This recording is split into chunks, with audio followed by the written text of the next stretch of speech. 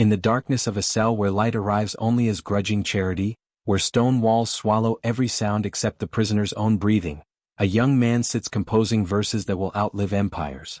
The year is 1717, and in the bowels of the Bastille fortress, Francois-Marie is quietly dying so that someone named Voltaire can be born.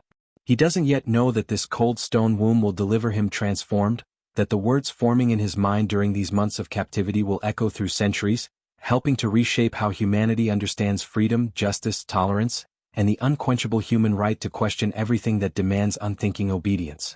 If this journey through the life of one of history's most influential thinkers speaks to you, I invite you to subscribe to Sleep Story and perhaps leave a like on this video. Your support allows us to continue creating these immersive historical narratives, and there are so many more fascinating stories waiting to be explored together as we travel through time. Now let us step back further still to the very beginning, to a Paris wrapped in the absolute power and Baroque magnificence of the Sun King, where our story truly begins. The city into which Francois-Marie entered the world on November 21, 1694, existed in the long shadow of Louis XIV, a monarch whose reign would ultimately stretch across 72 years, whose court at Versailles had become the standard of European magnificence and whose authority was so seemingly complete that he could supposedly declare without irony "L'État, c'est moi. I am the state." Into this world of rigid hierarchies, unquestioned royal prerogative, and social structures that seemed as permanent as the stones of Notre Dame itself, young Francois-Marie arrived as winter settled over the grey city, the Seine flowing cold and dark through the ancient heart of Paris, bearing commerce and sewage in equal measure toward the distant sea. The precise circumstances surrounding his birth remain characteristically wrapped in the kind of ambiguity that would later mark so much of his life and work. Some historical accounts speak of a premature arrival, describing a fragile infant who was not expected to survive his first weeks in a world where infant mortality claimed so many before they could even be properly known. Other sources paint a more conventional picture of an ordinary birth into a family of modest but respectable standing. What we can say with absolute certainty is that he was born into that curious and often uncomfortable middle space of Ancien Regime French society, his family position neither among the truly noble nor among the merely common, occupying instead that peculiar intermediate zone where one had enough wealth and education to see clearly what real power looked like while forever remaining separated from it by the invisible but absolutely impassable walls of birth and hereditary title. His father, Francois worked as a notary and minor treasury official, his days spent among legal documents, financial accounts, and the careful management of other people's affairs and money. His income was steady and sufficient, allowing the family to live in moderate comfort, but the work itself brought little prestige or influence. The family home stood on the Rue Saint-Antoine in Paris, in a neighborhood that mixed merchants, lawyers and minor officials, close enough to the great aristocratic hotels to smell power and see its manifestations but forever separated from it by invisible barriers of class that were more rigid than any wall of stone. Young Francois-Marie would have grown up surrounded by constant reminders of this gulf, the aristocratic carriages that passed through the streets carrying their occupants in silken certainty, moving through a world that existed on entirely different terms than the one his family inhabited. His mother, Marie Marguerite Domard, came from a family possessing a touch of provincial nobility from Poitou, bringing to the marriage a slight elevation in social standing that nonetheless could not fundamentally alter their position in the grand hierarchy.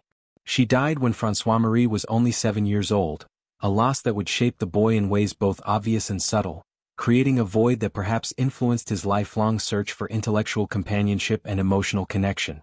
The early death of his mother meant that young Francois-Marie's education and upbringing fell largely to others, to his father, whose love came wrapped in rigid expectations and conventional ambitions, and to the Jesuits who would shape his mind while simultaneously, perhaps inadvertently, teaching him to question everything they held sacred. The College Louis le Grand, where young Francois-Marie spent his formative years from approximately 1704 to 1711, stood as one of the most prestigious educational institutions in all of Paris, a place where the sons of great aristocratic families studied alongside clever boys from the bourgeoisie who showed particular promise. All of them were subjected to the rigorous intellectual discipline that was the particular specialty of the Society of Jesus.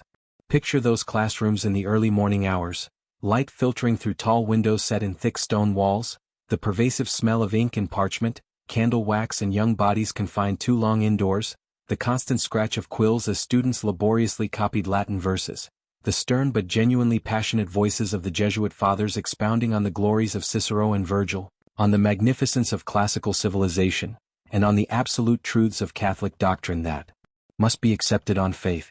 The education these boys received was simultaneously magnificent in its breadth and constraining in its boundaries, opening vast worlds of classical thought and literary excellence while insisting with equal fervor that certain fundamental questions must never be asked, that certain conclusions must be accepted regardless of where logic and evidence might lead.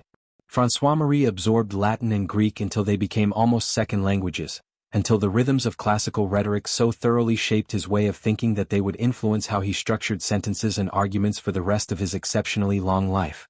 He learned to construct arguments with devastating precision, to identify the vulnerable point in any logical structure, to deploy wit and irony like a surgical scalpel. The great works of antiquity became his constant companions. Homer's epics with their gods and heroes, Virgil's poetry celebrating Rome's destiny, Cicero's magnificent orations demonstrating the power of eloquence, the plays of Sophocles and Euripides exploring eternal questions of fate, justice, and human nature. These classical texts taught young Francois-Marie something profound and potentially dangerous: that human beings had always struggled with fundamental questions about justice and power, fate and freedom, that there was nothing new about doubt and questioning, that the greatest minds of antiquity had vigorously debated the very issues that his own age claimed were settled beyond discussion. But even as the Jesuit fathers taught him to think critically about ancient texts, to analyze arguments and identify logical weaknesses, they simultaneously insisted on absolute acceptance of Catholic teaching, on the authority of church tradition, on the necessity of faith in mysteries that transcended and indeed often contradicted reason. This inherent contradiction created a productive but uncomfortable tension in the developing mind of young Francois-Marie. Some students navigated this tension by carefully compartmentalizing, applying critical reasoning to classical texts while accepting religious doctrine on faith, keeping these two modes of thinking carefully separated. But Francois-Marie's particular nature seemed to rebel against such artificial division. If reason could illuminate the works of ancient Greeks and Romans, if logic could dissect and evaluate the arguments of Cicero, why should it suddenly become inappropriate or even impious when confronted with theological claims? Why should the same critical faculty that was celebrated in one context be forbidden in another? During his years at the Jesuit college, an older student named Jean-Baptiste Rousseau, already making a name for himself as a poet, befriended the younger Francois-Marie and introduced him to circles that existed far beyond the controlled and carefully supervised environment of formal education. Through Rousseau and other connections, the adolescent Francois-Marie gained entry to the Temple, a libertine society that gathered under the patronage of Philippe de Vendôme, who held the prestigious title of Grand Prior of France. Here, in rooms where tobacco smoke hung thick in the air and wine flowed with remarkable freedom, where priests engaged in spirited debate with atheists and minor nobles exchanged witty verses with clever commoners, the official pieties of Louis XIV's France were subjected to merciless examination and often brilliant mockery. Imagine young Francois-Marie, perhaps 16 or 17 years old, entering one of these gatherings for the first time. The transition from the austere, disciplined classrooms of the Jesuits to the sophisticated irreverence of the Temple must have felt like passing through a door from one world into another entirely. Here people spoke openly, even enthusiastically, about things that elsewhere were only whispered: doubts about the reality of miracles, questions about the Church's accumulation of wealth and its exercise of power, irreverent jokes about the regent and the machinations of the court. The very air itself seemed different, charged with the dangerous pleasure of forbidden conversation, the exhilaration that comes from speaking truths that official society insists must remain unspoken. This double education, the formal instruction during daylight hours and the clandestine learning in evening gatherings, the orthodox teachings of religious authority and the heretical questions of skeptical philosophers, would prove absolutely essential to the thinker that Francois-Marie would eventually become. By day he studied theology and absorbed the official catechism, learning what the Church taught and why. By night he heard those same teachings treated as human inventions worthy of the same skeptical examination as any philosophical text or political claim. He learned to move between these different worlds, to speak the language appropriate to each context, to understand both the power of tradition and received authority and the intellectual exhilaration of questioning it. This ability to navigate between different realms of discourse, to see how different communities constructed their versions of truth and meaning, would serve him extraordinarily well throughout his long and controversial life. His father François Hérouet had quite different aspirations for his son, conventional dreams that centered on stability and social respectability rather than literary fame or philosophical adventure. He wanted young Francois-Marie to study law, to follow him into the comfortable and secure world of notaries and treasury officials, to pursue a career that would consolidate and perhaps incrementally advance the family's modest social position. The senior Erowit envisioned a life of steady income and gradual advancement for his son, perhaps eventually a more prestigious appointment, certainly a respectable marriage, the accumulation of property and status through patient effort rather than the uncertain and potentially dangerous path of literary ambition.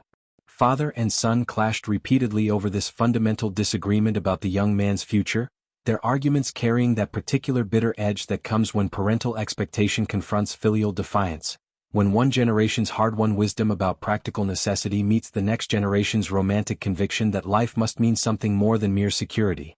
The father saw his son's literary ambitions as frivolous at best and actively dangerous at worst, a path that led nowhere good in a society where wit could make you famous one day and imprison the next.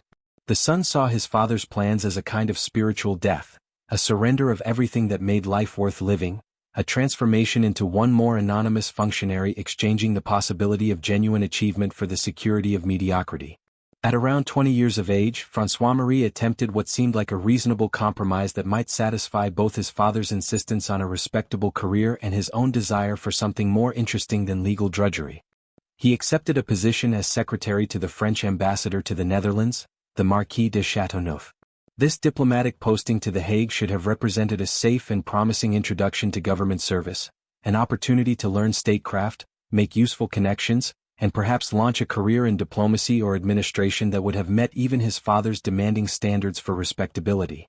But young Francois-Marie, with what would become characteristic perversity when faced with convention and expectation, almost immediately entangled himself in a thoroughly scandalous romance with a young French refugee woman named Catherine Olympe Dunoyer, who went by the nickname Pimpette. Their passionate affair, conducted through fevered letters and secret meetings that violated every conceivable rule of diplomatic discretion, represented exactly the kind of impulsive behavior that Francois Erowit père had feared. When the liaison was inevitably discovered by embarrassed superiors, Francois-Marie was sent home to Paris in disgrace, his first venture into respectable employment ending in precisely the kind of scandal that confirmed his father's worst suspicions about his character, judgment, and fitness for any position requiring discretion or restraint. Back in Paris, the young man threw himself into literary life with the kind of reckless energy that characterized his youth, the energy of someone who had concluded that conventional success was impossible for someone of his temperament and that he might as well pursue the dangerous path that called to him. He wrote poetry, both the elegant, carefully crafted classical verses that might win patronage from powerful admirers and the sharp, wickedly satirical lines that circulated anonymously through Paris, earning dangerous laughs while making equally dangerous enemies. He frequented the salons, those peculiar and distinctively French institutions where aristocratic women hosted gatherings of wits, writers, philosophers, and other interesting people, creating spaces where talent and brilliance could sometimes overcome or at least temporarily transcend the disadvantages of common birth. The salon of the Marquise de Lambert became a particular haven for the young writer, a place where he could sharpen his conversational skills in daily practice, where he could learn through careful observation the delicate art of pleasing those who held power while maintaining some measure of intellectual independence, where wit was valued and rewarded even when it came from someone without title or fortune. These salons operated according to their own intricate rules and hierarchies, and young Francois-Marie proved remarkably adept at navigating them, at knowing exactly how far he could push a joke or an argument, at reading the subtle signals that indicated when brilliance was welcome and when it had crossed into dangerous territory. But Francois-Marie possessed what might be described as a constitutional inability to remain silent when wit demanded expression, even when prudence counseled quiet, even when speaking might bring serious consequences. Clever verses began circulating through Paris in the way such things did, passed from hand to hand, recited in salons and coffee houses, memorized and repeated with knowing smiles. These verses mocked the regent Philippe d'Orléans, who ruled France during the minority of the young Louis XV, and the mockery was neither gentle nor vague. The poems suggested scandalous things, incestuous relations between the regent and his daughter, the Duchess of Berry, accusations wrapped in perfect Alexandrine couplets that made them both memorable and damning.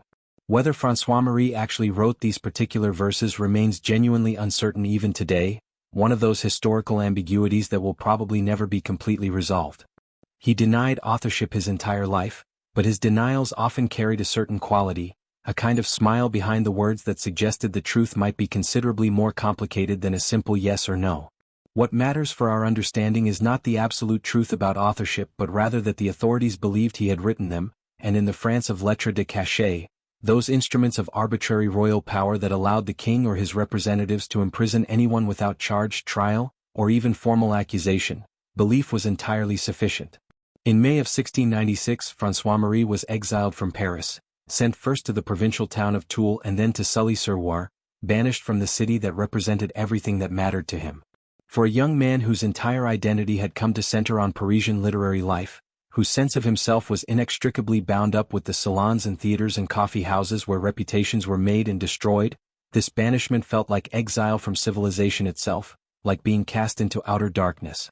All the places where wit was valued and rewarded, where plays were performed and discussed, where news and gossip circulated, where one could feel connected to the vital current of intellectual and cultural life, all of these became suddenly and completely inaccessible, and Francois-Marie found himself in provincial isolation, cut off from the world that nourished him. He used the time of exile as productively as he could manage, working on a tragic play called Oedipe, that represented his attempt to prove himself as a serious dramatic writer, and maintaining his correspondence with the networks and connections he had so carefully built in the capital. But he apparently could not resist the temptation to continue writing satirical verses, because after his return to Paris in late 1616, he was arrested again in May of 1717. This time the charge was more serious than mere mockery of the regent's personal morals. The new verses allegedly attacked Philippe d'Orléans's competence and even his legitimacy as regent, touching on political matters rather than private scandal. Without trial, without even formal charges that might be answered or refuted, using those infamous lettres de cachet that embodied everything arbitrary about absolute monarchy, Francois-Marie Arouet was sent to the Bastille. The fortress prison rose in eastern Paris, its massive stone towers standing as a physical embodiment of royal power and a constant reminder of the limits of individual freedom under absolutist government. For centuries it had housed enemies of the crown, both real and imagined, from the mysterious man in the iron mask whose identity remains debated to this day, to countless forgotten prisoners of royal displeasure whose names history never bothered to record. Its walls were thick enough to swallow sound completely, its cells dark enough to make prisoners question whether day and night still existed in the world outside their stone confinement. The very architecture of the place seemed designed to crush hope and break spirits. When that iron door closed behind Francois-Marie Arouet in May of 1717, sealing him into the cold stone darkness with a sound of terrible finality, he might very reasonably have wondered whether he would ever see Paris again, whether his literary ambitions would die in this cell along with his freedom, whether his cleverness had finally pushed things too far. Nearly a year he would spend in this confinement, from May of 1717 to April of 1718, his world reduced to dimensions measured in feet rather than miles, reduced to stone walls that wept moisture, to the sounds of guards' footsteps echoing in distant corridors, to the thin weak light that filtered through a small window set high in the wall where he could not possibly reach it or see out properly. The days must have blurred together in a way that time rarely does for the young, each one indistinguishable from the last, marked only by the arrival of meals and the changing quality of that distant light. But something remarkable, something almost miraculous happened in that darkness, something that would transform this imprisonment from mere punishment into a pivotal moment of personal metamorphosis. Instead of breaking the prisoner's spirit, instead of crushing his wit and ambition under the weight of stone and isolation, the cell became a kind of forge where Francois-Marie Arouet was refined and transformed into something harder, clearer, more purposeful than he had been before. Suffering and injustice, instead of destroying him, clarified his sense of purpose and intensified his commitment to using words as weapons against tyranny. He revised his tragedy Oedipe, in that cell, working the play into its final polished form, writing by whatever light he could capture during the day or by smuggled candles when those precious and dangerous items were available to him. The play retold the ancient Greek story of Oedipus, but Voltaire's version contained subtle references that contemporary audiences would recognize, coded criticisms of royal tyranny and priestly manipulation that gave the ancient tale modern relevance and bite. More importantly for his long-term development, he began serious work on an epic poem celebrating King Henry IV, the French monarch who had issued the Edict of Nantes granting tolerance to Protestant Huguenots after the devastating religious wars of the 16th century. The irony of this choice was deliberate and sharp, praising a king who had promoted religious tolerance and limited persecution while himself imprisoned by a regime that practiced arbitrary arrest and allowed no dissent, celebrating religious freedom while confined for words that had offended the powerful. The poem, which would eventually be published as La Henriade, represented Voltaire's first sustained effort to use historical narrative for political argument, to hold up examples from the past as implicit criticism of the present. And somewhere during those long months of stone and silence, during those days that stretched endlessly and nights that seemed even longer, the prisoner decided to leave his birth name behind completely and emerge from the Bastille as someone entirely new. The exact origin of the name Voltaire has been debated by scholars for centuries, and like so much about him, the truth remains tantalizingly elusive, wrapped in characteristic ambiguity. The name might be an anagram of Aravet Li, representing his surname Arouet with the Latin ending for nobility that he was not entitled to by birth. It might derive from a small property called Le Voltaire that his mother's family owned in Poitou. It might simply be a complete invention, a name he chose for its sound and rhythm, for the freedom it represented from his father's disappointed expectations and his family's middling social position. What truly matters for understanding this moment is not solving the etymological puzzle but recognizing the act of self-creation it represented. Choosing a new name was not simply a literary affectation or a convenient pseudonym, it was a declaration of independence, a conscious decision to become someone new, to shed the identity given at birth and create himself according to his own vision. A prisoner named Francois-Marie Arouet had walked into the Bastille in May of 1717, but someone called Voltaire would walk out in April of 1718, and that person would change the world. When he was finally released in April of 1718, emerging blinking into spring sunlight after nearly 11 months of darkness, he came out with conditions attached. Initially he was banned from Paris itself, though this particular restriction was fairly quickly lifted when authorities decided he no longer posed an immediate threat. But Voltaire emerged from prison with something more valuable than mere freedom of movement. He had a kind of fame now, the romantic aura of the persecuted artist, the rebel who had dared to mock power and paid the price. His imprisonment for satire had paradoxically made him a celebrity of sorts, someone whose name was now known beyond the limited circles of salon society. And he had a play ready for production. Oedipe premiered at the Comédie Française in November of 1718 to extraordinary, almost unprecedented success. The play ran for 45 consecutive performances, a length of run that was virtually unheard of in that era, and audiences who attended night after night thrilled to verses that seemed to carry multiple meanings, to lines that could be read as simple retelling of Greek tragedy or as coded criticism of contemporary royal tyranny and religious manipulation. The coding was careful and subtle enough to avoid direct censorship, but perceptive audience members understood perfectly well what they were hearing and responded with enthusiastic applause that was as much political as aesthetic. Voltaire at 24 years old had achieved something remarkable and dangerous. He was both popular and provocative, making substantial money from his theatrical success while simultaneously making the kind of trouble that kept authorities watching him nervously. He was famous enough that people cared about his opinions, successful enough to enjoy real income from his work, yet still dangerous enough that he could never feel entirely safe, that he had to watch his words and measure his wit against the possible consequences. But another conflict was already brewing beneath the surface of his success, one that was rooted not in anything he had written but in the fundamental structures of Ancien Regime society, in the unbridgeable gap between noble birth and common talent. This conflict would send Voltaire into yet another exile, but this time the exile would prove transformative in ways that his Bastille imprisonment had only begun, opening his eyes to possibilities he had never imagined. The Chevalier de Rohan-Chabot came from one of France's oldest and most distinguished noble families, the kind of ancient lineage that brought automatic respect regardless of personal merit and encouraged the particular arrogance that often accompanies privilege that has never been earned or justified. What exactly passed between Voltaire and Rohan in early 1726 remains somewhat unclear. Historical accounts vary on the precise nature of the insult or provocation, but it most likely involved Voltaire's characteristically sharp tongue and his fundamental refusal to show the automatic, unthinking deference that aristocrats like Rohan expected from anyone of lower social standing. At the opera one evening, during a performance that the fashionable world had turned out to attend, Rohan responded to something Voltaire had said by asking loudly enough for those nearby to hear, what exactly this Monsieur de Voltaire was called, mockingly emphasizing the adopted name and implying that Voltaire remained merely Arouet, a commoner pretending to be something more substantial than his birth allowed, someone putting on airs above his natural station. Voltaire's response was devastating in its precision and cruelty. I am the first to bear my name and you, monsieur, will be the last to bear yours. The insult was perfectly calculated to wound as deeply as possible. Rohan's ancient family was indeed in slow decline, producing fewer and less distinguished men with each generation, while Voltaire's fame and influence were rising meteorically.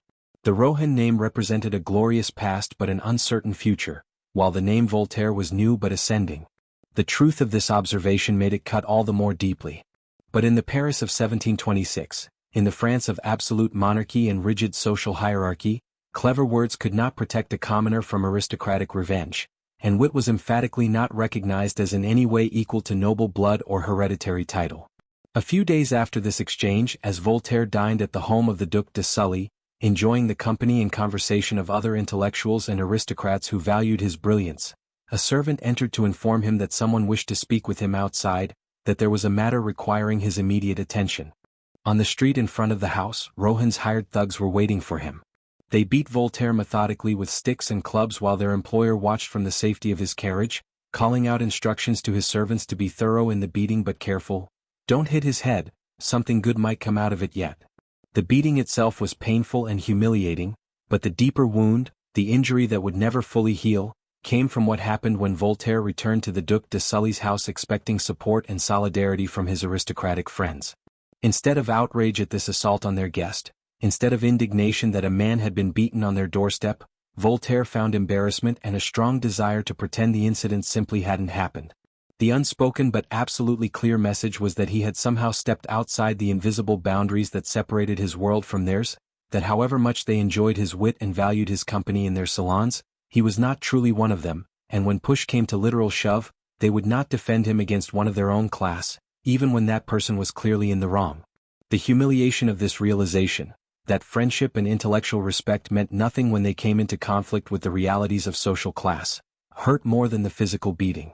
But Voltaire was too angry and too proud to simply accept this insult passively. He sought what he saw as the only honorable response available to a man whose dignity had been violated. He took fencing lessons, spending hours practicing with a sword master, preparing himself to challenge Rohan to a duel that would allow him to defend his honor according to the codes that supposedly governed relations between gentlemen. This plan was suicidal in multiple ways that Voltaire must have understood even in his rage. Rohan was an expert swordsman who had trained since childhood, while Voltaire had only recently picked up a blade.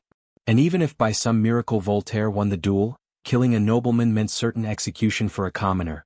The law was absolutely clear on this point, and there would be no possibility of mercy or escape. But Voltaire was apparently so consumed by the need to answer violence with violence, so determined to prove that he was a man of honor despite his lack of noble birth, that he was willing to risk everything. The authorities, who had informants everywhere and heard about these preparations, acted swiftly not to protect Voltaire but to protect Rohan from the terrible embarrassment of being challenged to a duel by someone of inferior social station.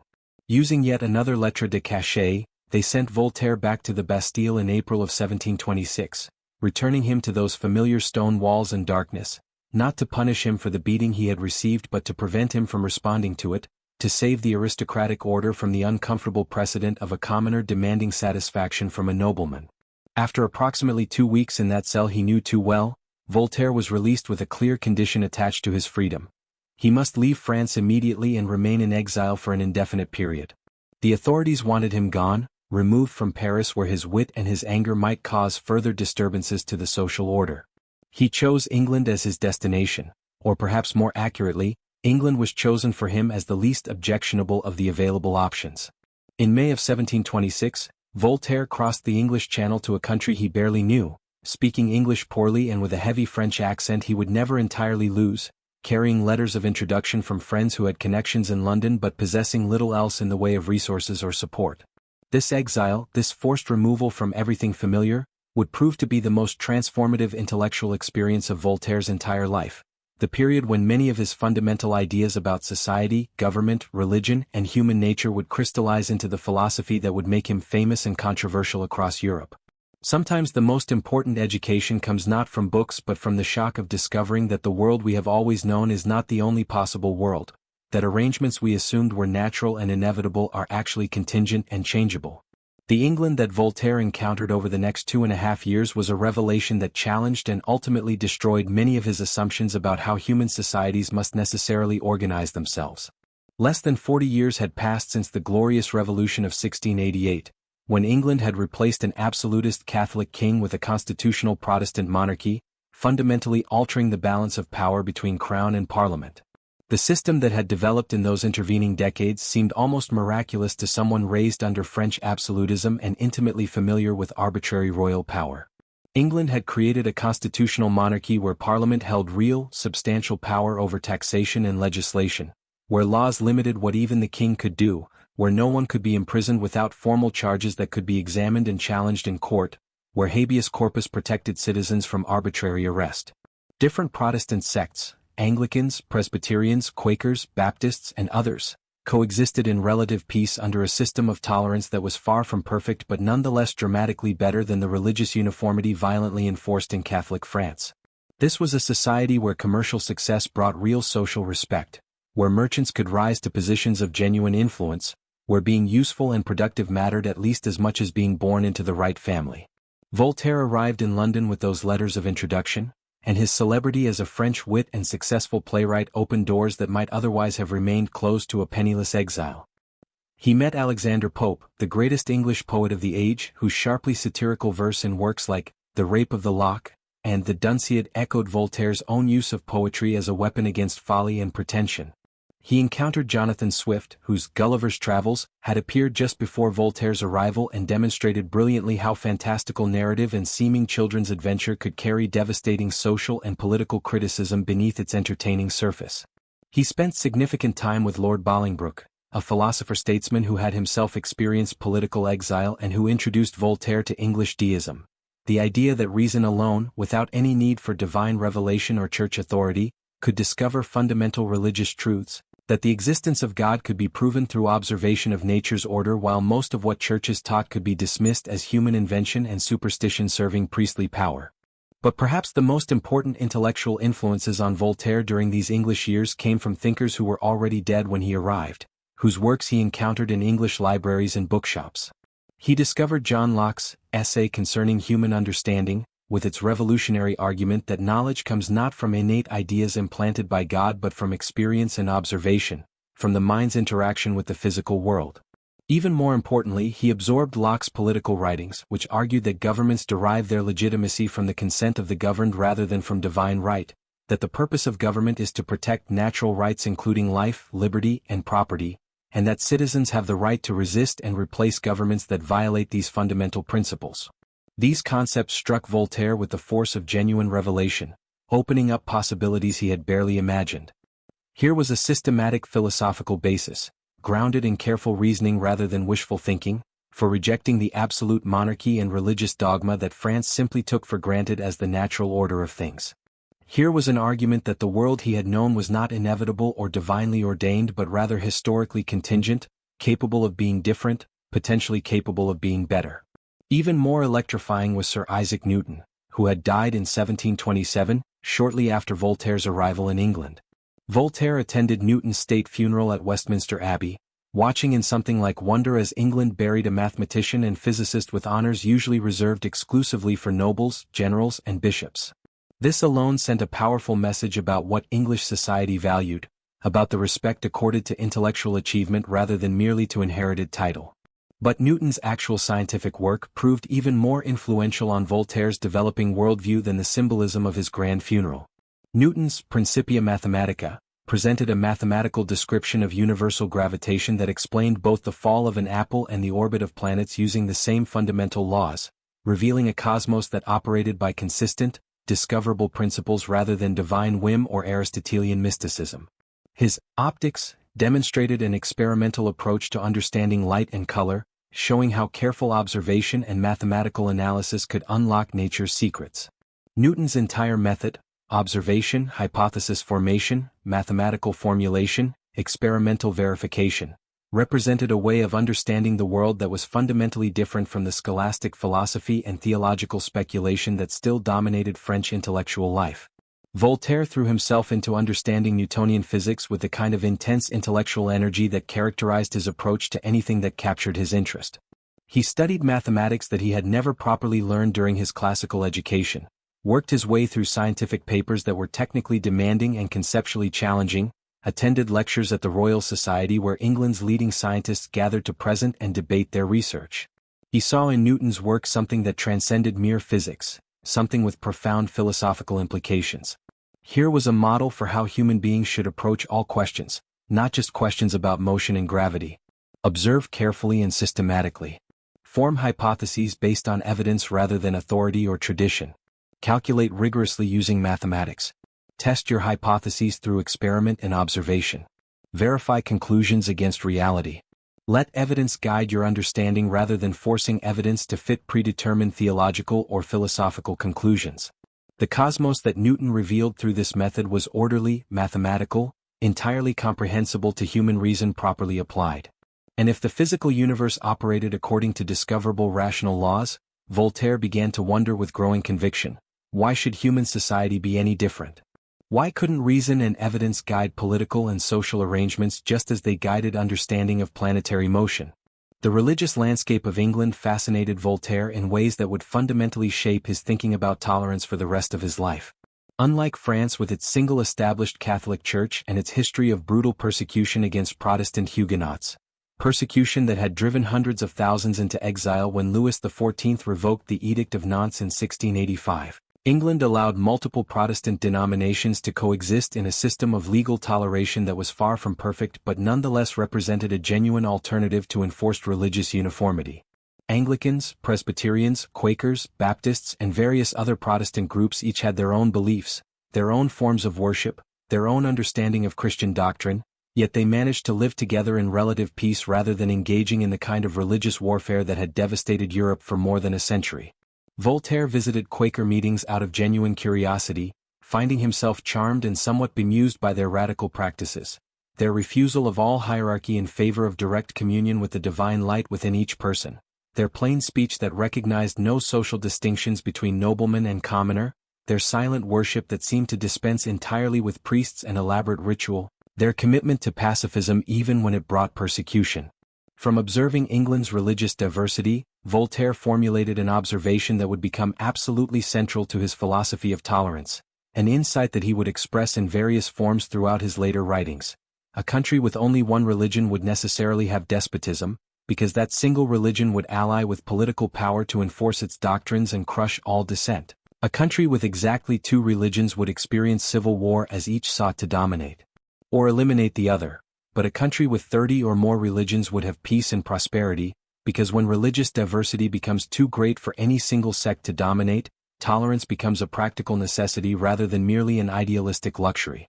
The idea was that people who would gladly kill each other over doctrinal differences, over whether bread and wine literally become Christ's body and blood or merely symbolize it, over whether salvation comes from faith alone or faith plus works, over ecclesiastical hierarchy and apostolic succession. These same people learn to coexist relatively peacefully when no single group has sufficient power to impose its will on all the others.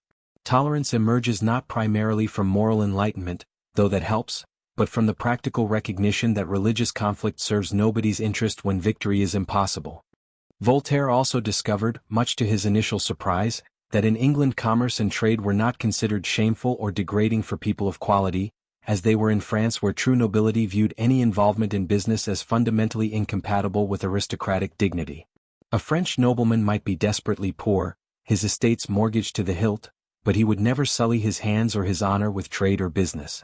English lords, by contrast, invested freely in trading companies and colonial ventures, in banking and manufacturing, without losing social status or being excluded from the highest circles of society. Voltaire observed merchants being treated with genuine respect, even elevated to the peerage if they became successful enough, their wealth and economic productivity valued rather than disdained. The Royal Exchange in London, where traders of every nation and every religion met daily to conduct business, buying and selling goods from across the world, seemed to Voltaire a perfect model of practical tolerance in action. Here men who would kill each other over theology, Christians and Jews, Protestants and Catholics, followers of different sects who each believed the others damned, peacefully exchanged goods and made money together, proving that enlightened self-interest could accomplish what moral exhortation and religious teaching could not.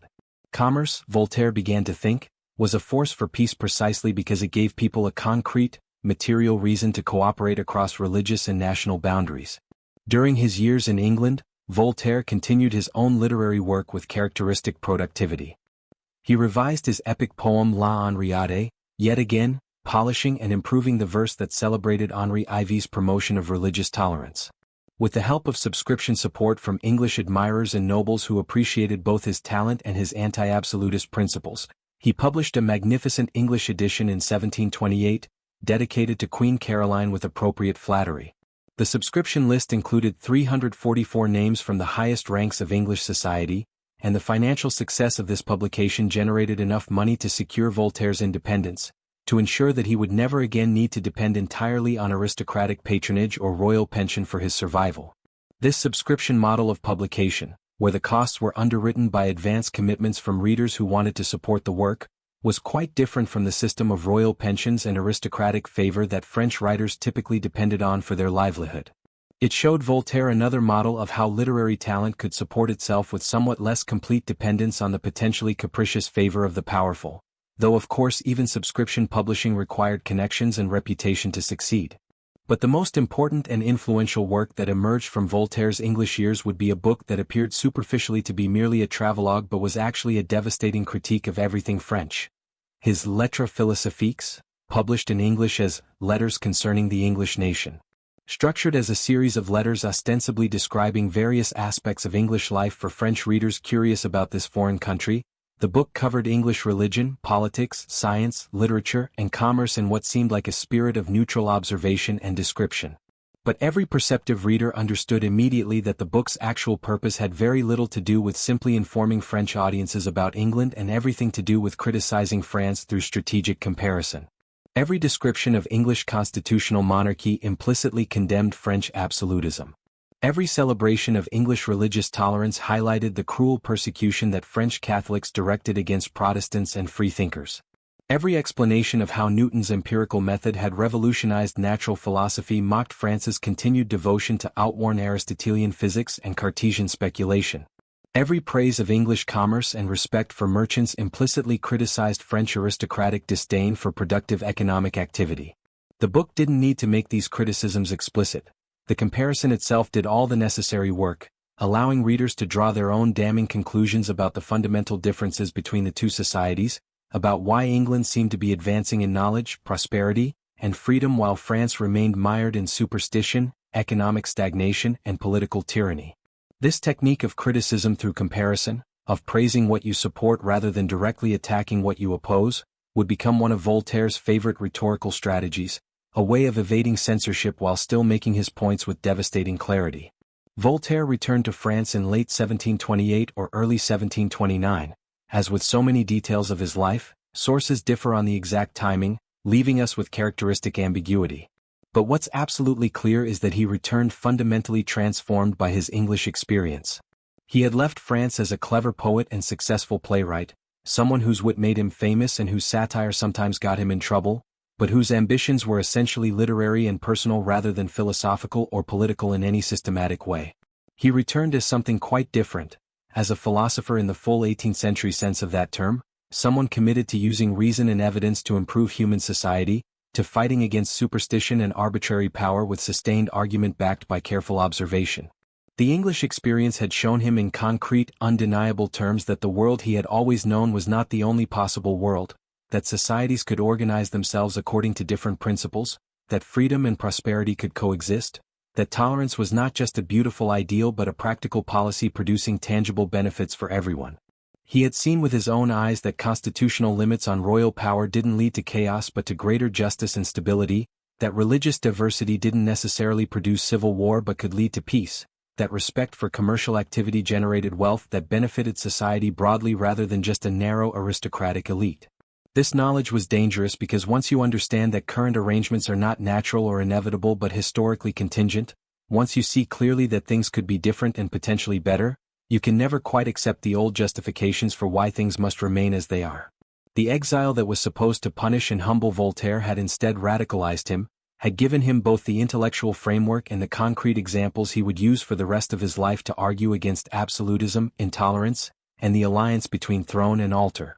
Yet returning to France meant once again navigating its restrictions and dangers with great care, meant finding ways to push boundaries and spread subversive ideas while maintaining enough protection to avoid complete destruction.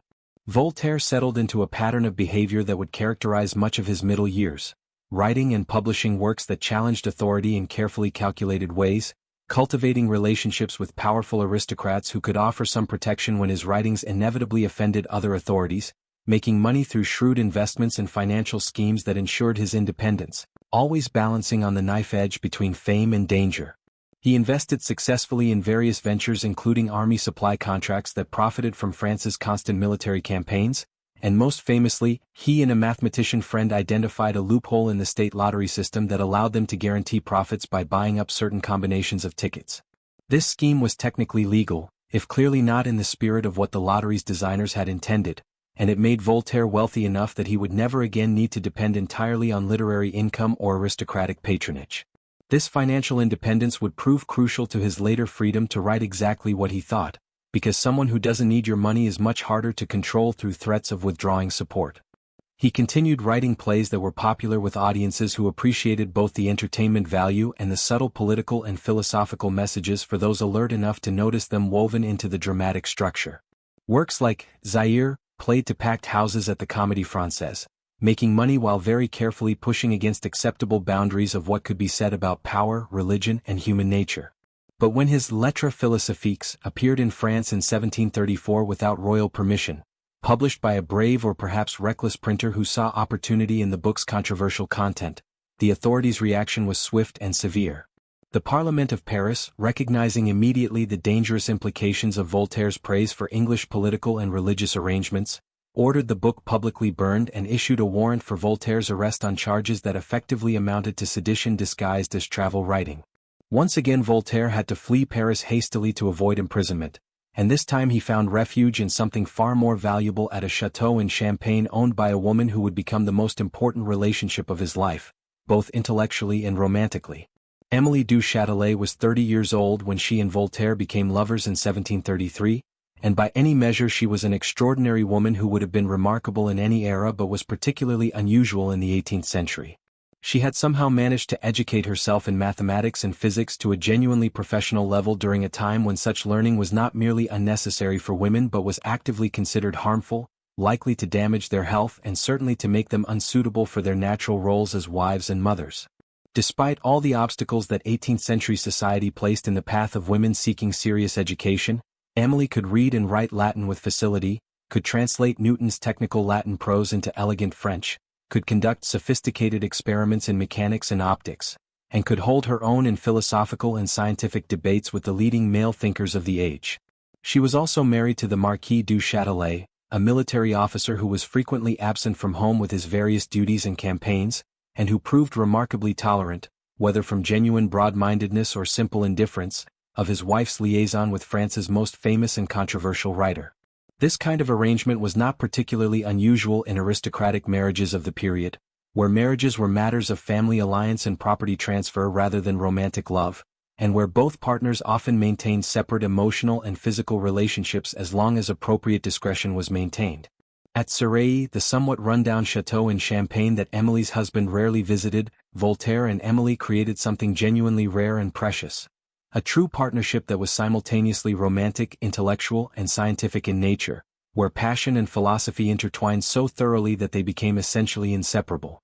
Together they renovated the chateau, using Voltaire's considerable wealth to add separate apartments for each of them, connected by a well-equipped laboratory for scientific experiments and an extensive library stocked with the latest books in multiple languages. Here, far from the surveillance and constraints of Paris, far from the dangerous attention that Voltaire's fame attracted, they could study, experiment, write, and live together in a kind of intellectual paradise, devoted entirely to the pursuit of knowledge and the pleasure of sharing that pursuit with someone who understood it just as deeply. Picture the rhythm of their days at Cirey in its best periods. Mornings devoted to private study, each working in their own apartment on their individual projects, Émilie translating Newton or working through mathematical proofs, Voltaire composing plays or philosophical works or historical studies. Afternoons spent together in the laboratory conducting careful experiments in physics and chemistry, or in the library discussing what they had read and debated ideas. Evenings given over to music, conversation, or private theatrical performances when they had guests visiting from Paris or elsewhere. They studied Newton together in a partnership where each brought different strengths. Émilie helping Voltaire understand the mathematical dimensions that didn't come naturally to someone whose education had been primarily literary and classical, Voltaire helping Émilie refine and polish her French translation of Newton's Principia Mathematica, which would become the standard French edition of that revolutionary work and remarkably remains in use even to this day, nearly 3 centuries later. A testament to the quality and clarity of her work. For Voltaire, this period at Surrey from 1734 to 1749 brought not only happiness and emotional fulfillment but also a significant deepening of his scientific understanding and the composition of his Elements de la philosophie de Newton, which aimed to explain Newton's revolutionary ideas to French readers who were still mostly educated in Cartesian physics and who found Newton's mathematical approach foreign and difficult. But the partnership with Emily meant far more to Voltaire than simply having help understanding technical material or having a pleasant domestic arrangement. Emily challenged him intellectually in ways that few other people in his life ever did or could. She criticized his work fearlessly, refusing to offer the kind of automatic praise that famous people often receive from those around them. She pushed him toward greater rigor and systematic thinking, toward supporting his brilliant intuitions with more careful argument and evidence. She modeled for him what it meant to pursue knowledge with disciplined patience rather than relying solely on quick wit and clever insight.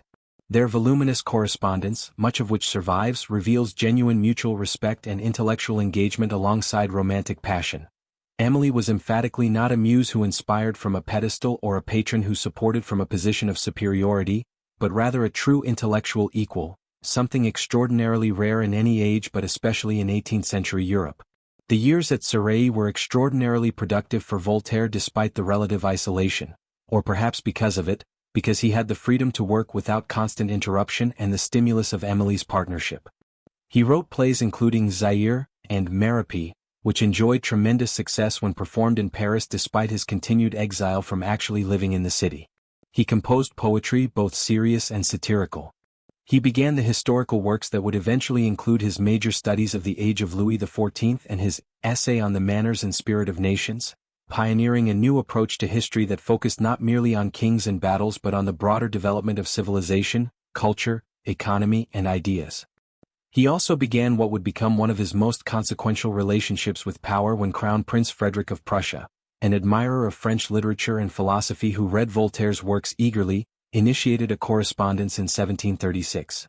Frederick's letters expressed passionate admiration for Voltaire's writings and deep interest in Enlightenment philosophy, presenting himself as a potential philosopher king who would unite intellectual brilliance with political power, who would govern according to reason rather than mere tradition and arbitrary will.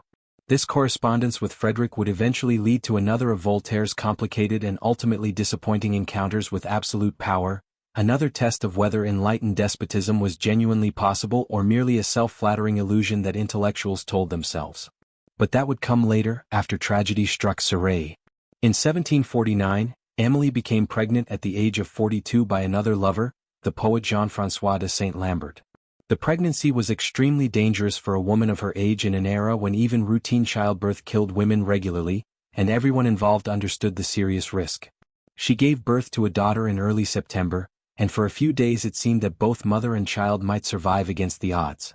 But then Emily began hemorrhaging, and despite the frantic efforts of doctors, she died on September 10, 1749. The infant daughter died within days. Voltaire was absolutely devastated by Emily's death, losing in a single terrible stroke not just a romantic partner but his closest intellectual companion, the person who understood his work most deeply, who could match and sometimes surpass his brilliance in areas like mathematics where she had greater natural ability and better training. The grief letters he wrote in the weeks and months following her death describe a void that nothing could possibly fill, a loneliness that was simultaneously emotional and intellectual, the profound isolation that comes from losing the one person who truly understood both your heart and your mind. He had lost his mother at 7, but that was a child's loss, incomprehensible in its totality. This was an adult loss, fully understood, deeply felt, irreplaceable. The rooms at Surrey where they had worked together became unbearable to him. The laboratory they had shared, the library where they had debated philosophy into the early morning hours, the gardens where they had walked discussing ideas, all of these spaces became monuments to absence, constant painful reminders of what he had lost and would never find again. In his profound grief and disorientation, Frederick's invitation to join the Prussian court at Potsdam became more appealing than it had been when Emily was alive. Frederick had become king in 1740 and had immediately renewed his invitations for Voltaire to come live at his court permanently, offering generous pension, beautiful apartments, intellectual companionship, and the prestigious position of being the philosopher king's favored intellectual companion. For years Voltaire had made brief visits but always returned to Surrey and Emily, unable to abandon that partnership for even the most glittering royal patronage. But now Emily was gone, Surrey was full of ghosts, and the prospect of a new beginning held real appeal. Perhaps, Voltaire thought in his grief and hope, perhaps he could help create something unprecedented. A truly enlightened monarchy where philosophical principles actually guided policy, where a king who genuinely understood reason and evidence would govern accordingly, where the alliance between philosophy and power might produce something better than mere despotism tempered by occasional acts of mercy. In 1750, at the age of 55, Voltaire moved to Potsdam to take up permanent residence at Frederick's court, relocating his life to Prussia with the kind of hope that perhaps should have been tempered by his accumulated experience with power but wasn't, because hope and grief can together overcome what wisdom and experience should teach. For a time, perhaps as long as a full year, the arrangement at Frederick's Prussian court seemed to work beautifully, fulfilling Voltaire's hopes of what an enlightened monarchy might actually look like in practice. He enjoyed the daily intellectual stimulation of Frederick's circle, which included several other French intellectuals and the distinguished mathematician Pierre-Louis Maupertuis, who served as president of the Berlin Academy of Sciences.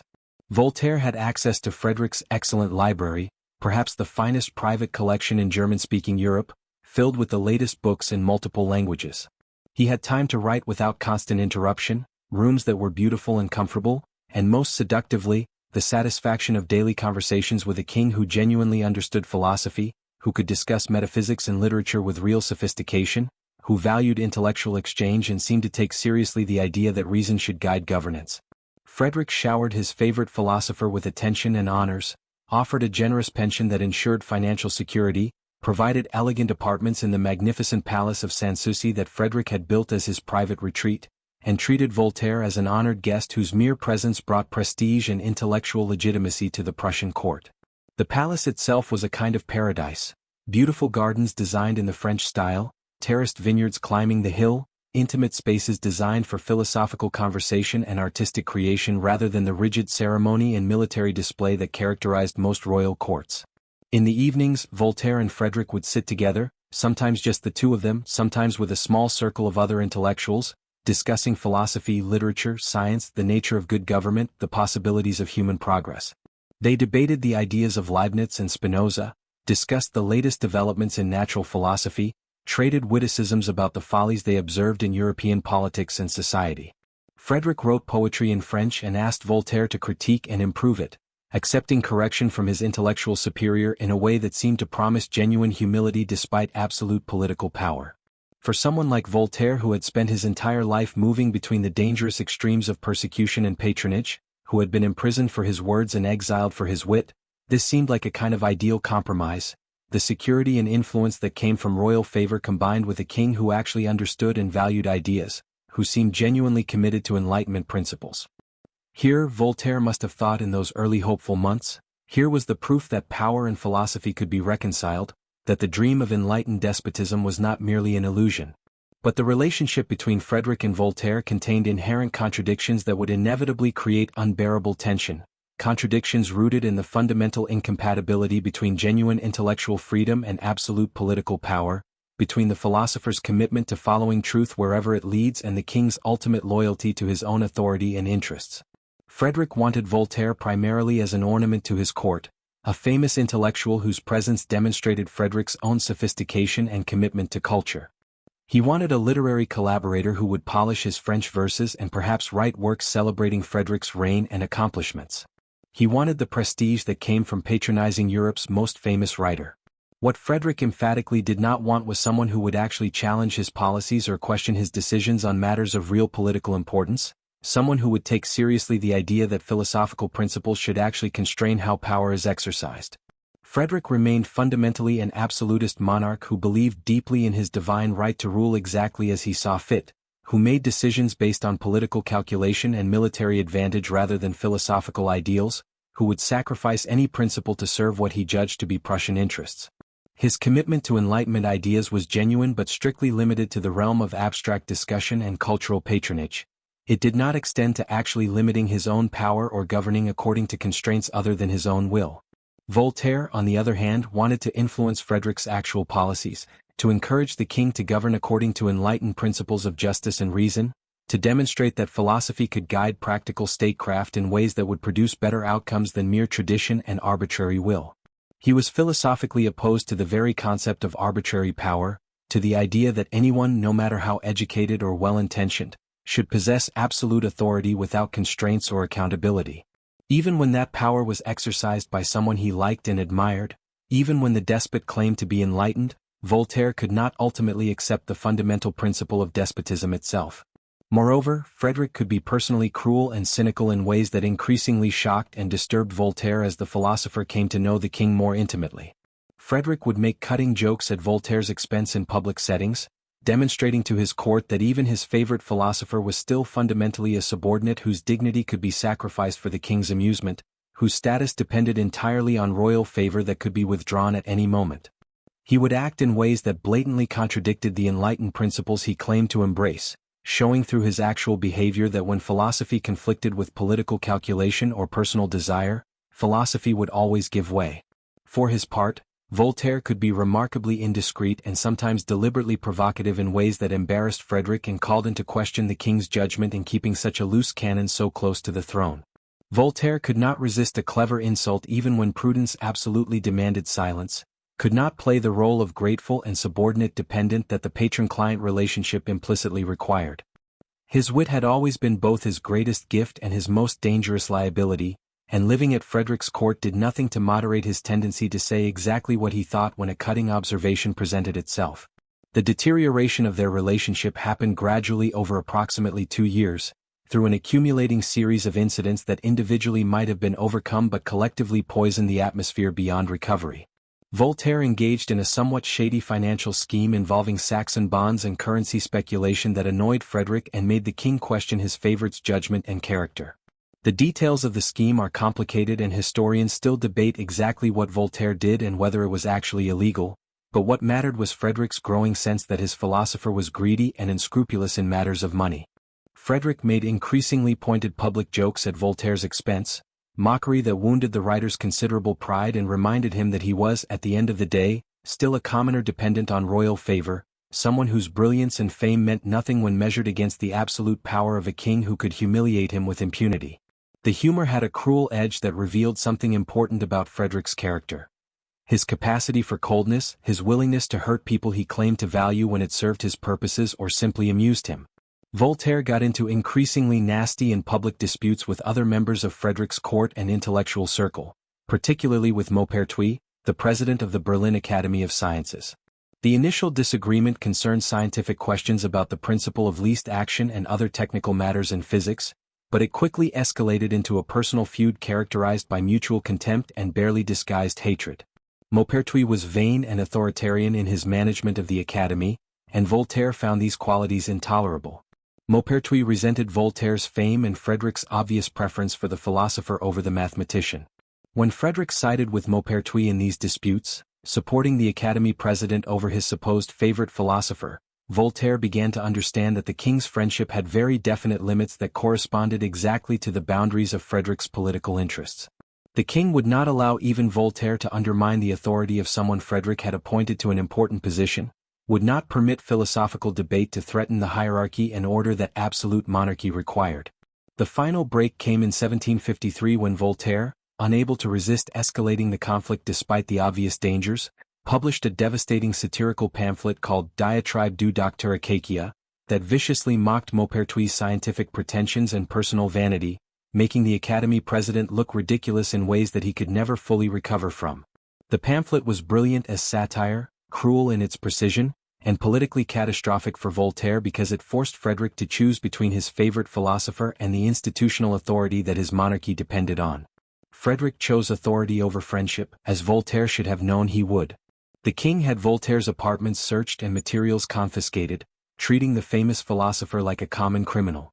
When Voltaire decided he could no longer remain at Frederick's court under these circumstances and began making arrangements to leave Prussia, Frederick demonstrated just how far enlightened despotism was from actual enlightenment by having Voltaire detained at Frankfurt, held under guard for several weeks in what amounted to imprisonment while Frederick tried to recover a book of the king's poetry that Frederick didn't want circulating publicly, poetry that Voltaire might use to embarrass the king. The humiliation of being detained and searched on Frederick's orders, of being treated as a possession that the king had rights over even after Voltaire had left his service, of guards going through his papers and belongings while he protested his status as a free man and famous intellectual. All of this ended forever whatever remained of Voltaire's dreams about the possibility of enlightened monarchy. He had learned through bitter personal experience what perhaps should have been philosophically obvious from the beginning, that even the most educated, cultured, seemingly philosophical king was still fundamentally a king, still someone who valued his own power above all principles, still capable of tyranny when his authority was challenged or his interests threatened. Power corrupts even the best intentions, Voltaire now understood with a clarity born from painful experience. Writers and intellectuals who depend on royal favor will eventually, inevitably be disappointed or destroyed because the relationship is fundamentally unequal and cannot be otherwise. A king can never truly be friends with a subject because friendship requires equality and the very nature of monarchy precludes equality. The philosopher must maintain independence from power to maintain intellectual integrity, must be willing to sacrifice security and comfort for the freedom to speak truth. From 1754 forward, having finally and definitively severed his relationship with Frederick, Voltaire needed to find a permanent home where he could be truly safe from both French and Prussian authority, where he could write whatever he wanted without constant fear of arbitrary arrest or persecution. He tried Geneva first, purchasing a beautiful property called Les Délices just outside the city in 1755. Switzerland's relative freedom and its proximity to France seemed appealing, close enough to maintain connections with French intellectual life but beyond the reach of French royal authority. But Geneva proved disappointing in ways that paralleled his disappointment with Frederick. The Calvinist authorities who controlled the city were almost as restrictive and intolerant as the Catholic authorities in France, just in different ways and about different things. They banned theatrical performances as immoral and corrupting, which was personally offensive to Voltaire, who had spent much of his life writing plays. They viewed his free-thinking and his known deism with deep suspicion bordering on hostility. They made abundantly clear that his presence was merely tolerated rather than welcomed, that he was acceptable only to the extent that he kept his more controversial ideas to himself and didn't corrupt Geneva's youth with dangerous philosophy. This would not do. Voltaire had not escaped French absolutism and Prussian despotism only to submit to Calvinist theocracy. Then in 1758 he found his solution, a place that would become synonymous with his name and his legend. He purchased an estate called Ferney, located with perfect strategic calculation precisely on the border between France and Switzerland, positioned so exactly that he could literally step from French territory into Swiss jurisdiction and back again. The location was ideal for someone who had learned to value geographical ambiguity as protection against political authority. If French authorities came for him with a lettre de cachet, he could retreat across the border into Switzerland where French royal power had no jurisdiction. If Swiss authorities decided his ideas were too dangerous or his presence too controversial, he could withdraw to the French side of his property. This physical mobility matched perfectly his intellectual method, always maintaining room to maneuver, never allowing himself to be pinned down where power could crush him, staying perpetually just out of reach. But Ferney would become much more than just a strategic refuge. Over the next 20 years, from 1758 until his death in 1778, Voltaire would transform this estate into something genuinely remarkable, a kind of enlightened mini-state where his philosophical principles found practical application, where ideas about tolerance, justice, and rational improvement of human conditions were actually implemented rather than merely discussed in abstractions. When Voltaire first purchased Ferney, it was a small, poor village with perhaps 50 families struggling to survive through marginal agriculture on land that was not particularly fertile, burdened by heavy taxes and oppressive feudal obligations that extracted what little surplus the land produced. The local lord, before Voltaire purchased the property, had lived elsewhere and taken little interest in actually improving conditions for the people who worked his land. The chateau itself was dilapidated, barely habitable, a physical manifestation of neglect. Over the following years, Voltaire would transform Ferney completely using his considerable personal wealth, his connections, and his genuine interest in practical improvement. He began with agricultural reforms and innovations, investing substantial amounts of money in draining marshes to create more arable land, introducing new crops that were better suited to the local climate and soil, bringing in improved livestock that could produce more meat and milk. He reduced the rents that tenant farmers paid and offered them longer, more secure leases that gave them real incentives to invest their own labor and resources in improvements, knowing they would benefit from their efforts rather than simply having any surplus extracted by the landlord. Agricultural production increased significantly, and with it came the beginning of real prosperity for Ferney's inhabitants. People who had lived on the edge of subsistence began to have modest surpluses, enough to improve their homes, to eat better, to plan for futures that extended beyond mere survival. But Voltaire's most important and symbolically resonant innovation at Ferney was establishing a watchmaking industry that would transform the village's economy and population. Geneva, just across the border, was internationally famous for its watches and clockmaking, producing timepieces of exceptional quality and precision that were exported across Europe and beyond. But Geneva's Calvinist authorities periodically expelled workers for religious or political infractions, for holding heterodox theological views, or for other violations of the strict moral code that governed the city. Voltaire welcomed these skilled refugees to Ferney with open arms and substantial material support, providing buildings for workshops and extending loans to help them establish their businesses and acquire the tools and materials they needed. Within just a few years, Ferney had become a significant center of watch production in its own right, producing high-quality timepieces that competed successfully with Geneva's products in European markets. The village population grew from that initial 50 families to more than 1,000 people as skilled workers relocated to Ferney, attracted by the opportunity to work without religious persecution, by the economic opportunities, and by Voltaire's reputation as a patron who valued talent and productivity over theological orthodoxy. The watch industry at Ferney was not just economically important. It carried profound philosophical and symbolic meaning for Voltaire and for those who understood what he was trying to demonstrate. Voltaire, the deist, who conceived of God as a cosmic watchmaker who created the universe with its mechanical laws and then stepped back, was now personally overseeing actual watchmakers, creating physical timepieces that embodied the precision, order, and rationality that he saw as fundamental to the properly understood cosmos. The watches produced at Ferney were small working models of the Newtonian universe, regular, predictable, comprehensible, governed by discoverable laws. Moreover, the refugees working in Ferney's watch workshops demonstrated Voltaire's principle of tolerance in concrete, practical terms rather than merely as abstract philosophy. Catholics and Protestants of various denominations, religious orthodox and heterodox, people who held incompatible theological views about salvation and church authority and the nature of Christ, all of them worked together peacefully and productively because making excellent watches mattered more than settling doctrinal disputes that were ultimately unprovable. Shared economic interest and mutual respect for skill created peace that theology could not, exactly as Voltaire had observed in London's Royal Exchange decades earlier. Voltaire also built a church at Ferney, but characteristically, the building and especially its inscription reflected his particular philosophy rather than conventional piety. The inscription he placed prominently on the church read, Deo erexit Voltaire. Voltaire erected this for God. The Latin construction was carefully chosen to honor God while simultaneously, perhaps impishly, asserting Voltaire's own importance and agency. It was Voltaire who built this, Voltaire whose name appeared on God's house, a grammatical structure that quietly suggested the builder's significance while maintaining an appearance of appropriate humility. The church served the genuine spiritual needs of Ferney's workers, providing a space for worship and community gathering, but Voltaire designed the arrangement to minimize the political power of the clergy. The priests served the congregation rather than controlling them, provided spiritual services rather than exercising temporal authority.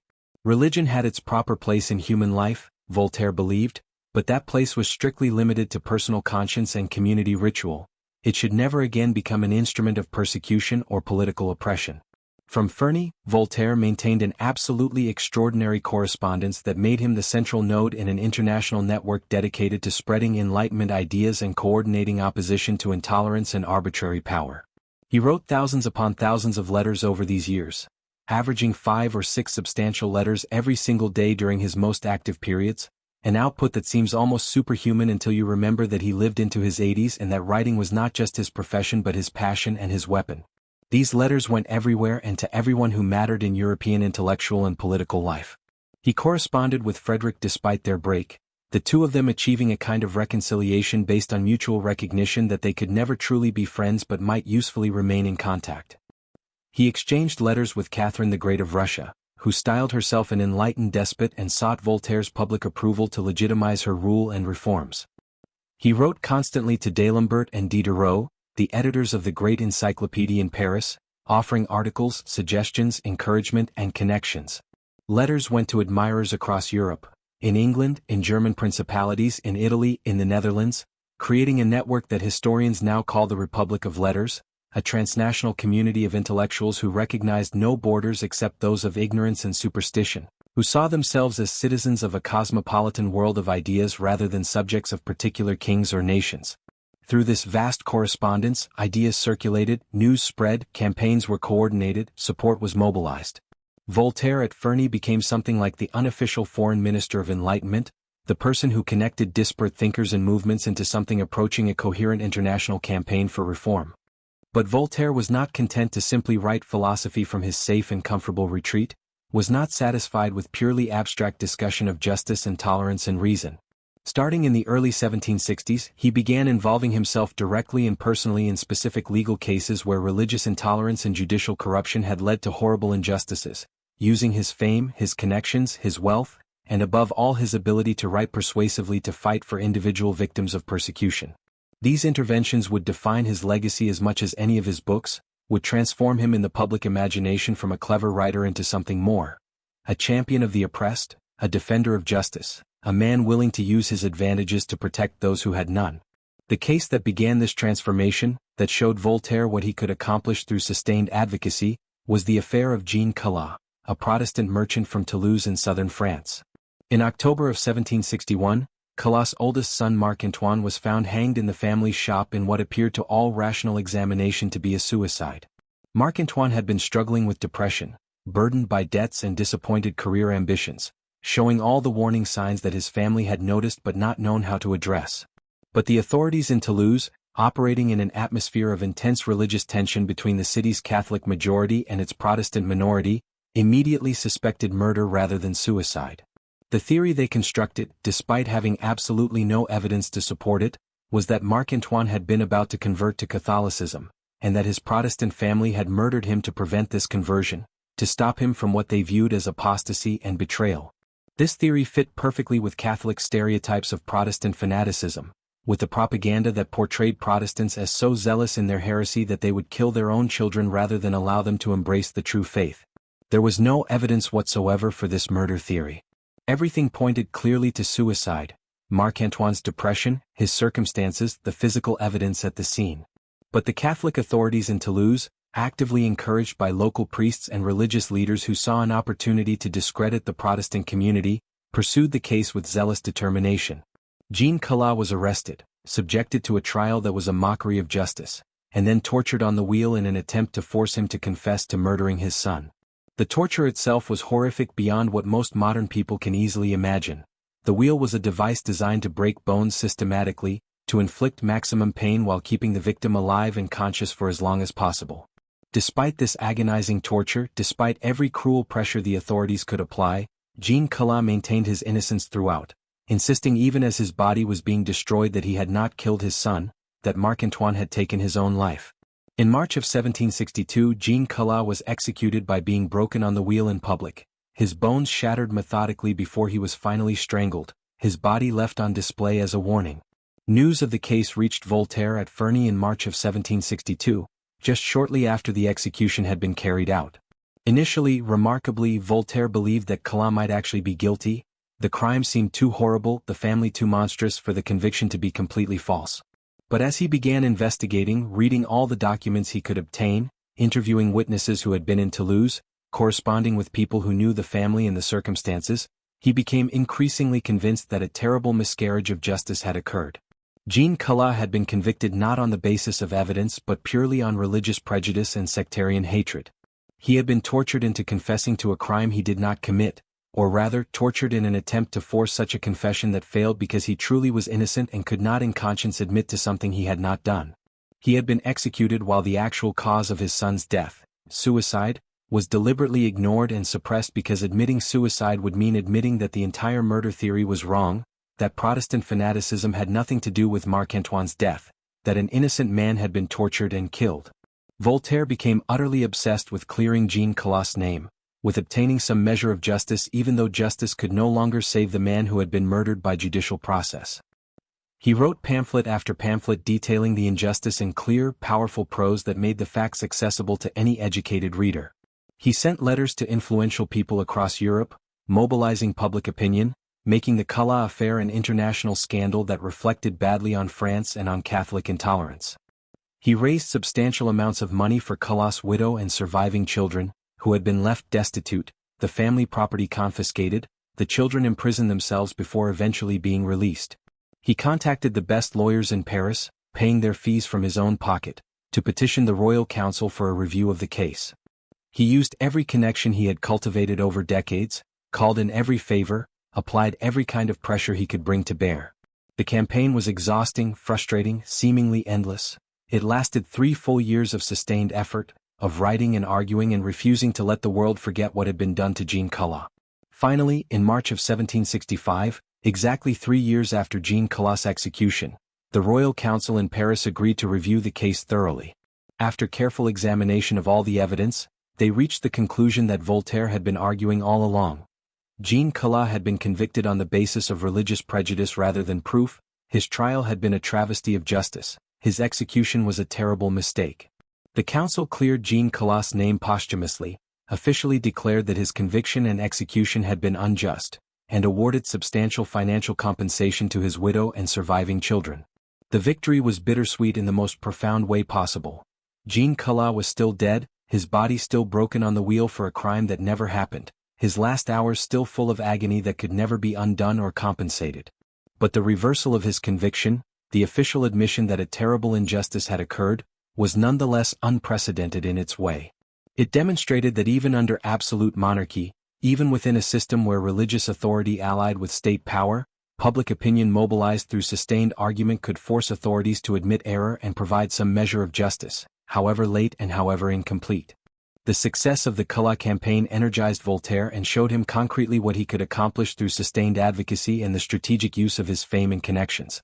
He took up other similar cases with renewed determination, using the same methods: investigation, publicity, mobilization of public opinion, application of pressure through influential connections, persistence that refused to accept defeat. The Servin family presented a case remarkably parallel to the Calas affair.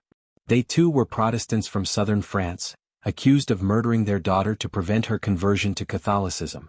The evidence was equally thin, based entirely on religious prejudice rather than facts. But the Servins, warned by what had happened to Jean Calas, fled France before they could be arrested and tried. They were convicted in absentia and sentenced to death, living as impoverished refugees in Switzerland while Voltaire worked for years to secure them a retrial.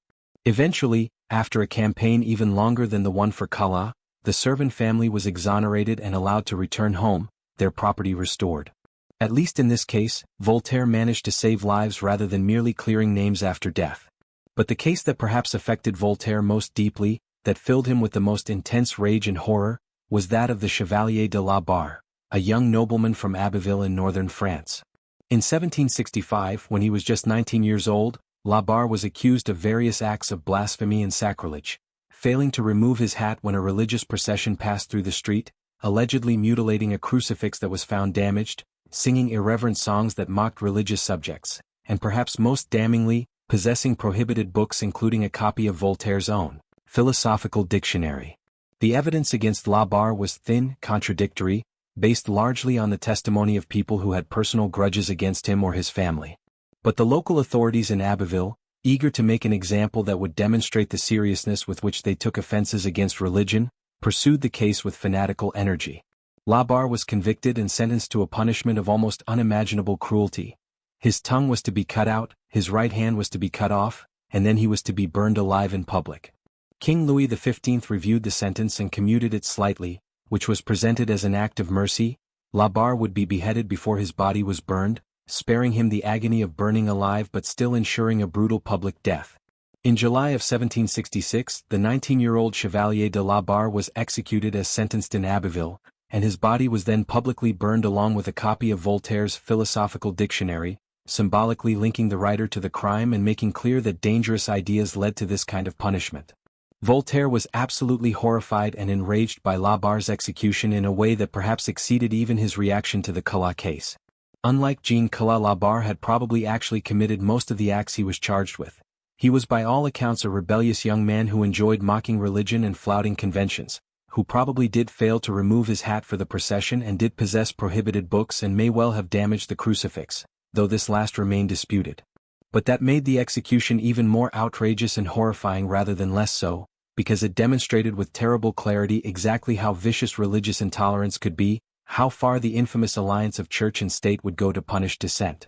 A 19-year-old boy had been beheaded and burned for the crimes of disrespect and reading forbidden philosophy, for failing to show proper deference to a religious procession and owning a book. His execution revealed the true face of the system that Voltaire had been fighting against his entire life, not merely misguided or occasionally unjust but actively monstrous, willing to kill teenagers for thought crimes, using spectacular public violence to terrorize anyone who might question orthodox belief or ecclesiastical authority. Voltaire could not save La Barre. The boy was already dead, already burned, when Voltaire learned the full details of the case. But he launched a campaign that would last for the rest of his life to change the laws that had made such an execution possible, to attack the blasphemy statutes and the legal framework that gave religious authorities the power to prosecute and execute people for offenses against faith. He wrote pamphlet after pamphlet attacking these laws, questioning the entire concept of blasphemy as a crime, arguing that no one should ever be punished for their beliefs or for words that offended religious sensibilities. He kept La Barre's case constantly before the public, ensuring that people across Europe knew what had been done in the name of defending religion, making the Chevalier de La Barre a symbol and a martyr for the cause of freedom of conscience. He corresponded with legal reformers, encouraging them to push for changes to the criminal codes, supporting efforts to eliminate torture and reduce the use of capital punishment, particularly for crimes that harmed no one except by violating religious taboos. These cases, Calas, Servin, La Barre, and several others that Voltaire took up with varying degrees of involvement and success, crystallized what his famous slogan, Écrasez l'infâme, actually meant in practical terms. The infamous thing that Voltaire wanted to crush was not an abstraction but a concrete set of institutions, laws, and practices. It was the blasphemy laws that made heterodox belief a capital crime. It was the courts that accepted confessions extracted through torture as valid evidence. It was the alliance between church and state that allowed theological disputes to justify judicial murder. It was the legal system that valued religious orthodoxy more than human life, that would execute a teenager for disrespect while claiming to represent divine justice. Crushing the infamous thing meant reforming laws, restraining church power, establishing real due process, creating a society where people could not be persecuted or killed for their beliefs or for questioning authority. It meant transforming the entire relationship between religion and state, between power and individual conscience. It meant building a world where what happened to Jean Calas and the Chevalier de La Barre could never happen again. Voltaire's campaigns for these victims had influence far beyond the individual cases, as important as justice for those specific people was. The sustained publicity, the mobilization of international opinion, the demonstration that even absolute power could be questioned and criticized, all of this contributed to gradual but real changes in European legal culture and political consciousness. The use of judicial torture, which had been standard practice for centuries, became increasingly controversial and morally questionable in public discourse, partly because of how Voltaire had publicized cases like Calas where torture produced false confessions and led to the execution of innocent people. Within a few decades, most European countries would formally abolish judicial torture. And while many factors contributed to this change, Voltaire's campaigns certainly played a role in delegitimizing the practice. His advocacy strengthened broader movements for legal reform, for codifying laws rather than leaving them to judicial discretion, for establishing clearer standards of evidence, for limiting capital punishment to the most serious crimes rather than applying death sentences for blasphemy or property crimes. He demonstrated concretely how public opinion, properly mobilized through effective writing and strategic use of influential connections, could serve as a check on even absolute authority, could force governments to reconsider unjust laws and practices.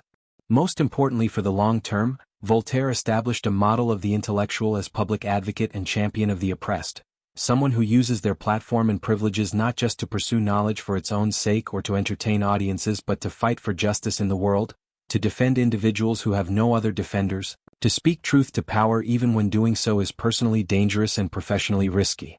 This model would inspire countless later thinkers and writers who saw in Voltaire's example a demonstration that ideas have consequences, that words matter, that sustained advocacy can change reality. Even as he fought these exhausting legal battles, even as he wrote thousands of letters and dozens of pamphlets about specific injustices, Voltaire's broader literary and philosophical productivity during his ferny years remained remarkable. He wrote his Philosophical Dictionary, published in 1764, a collection of alphabetically arranged articles on everything from Abraham to tyranny, each entry combining factual information with sharp philosophical and political critique. The entry on tolerance reviewed the entire terrible history of religious persecution and argued powerfully for mutual acceptance. The entry on faith distinguished carefully between blind credulity that accepts anything on authority and reasoned belief based on evidence. The entry on atheism made the provocative argument that atheism, while perhaps intellectually mistaken in Voltaire's deist view, was actually less socially dangerous than religious fanaticism.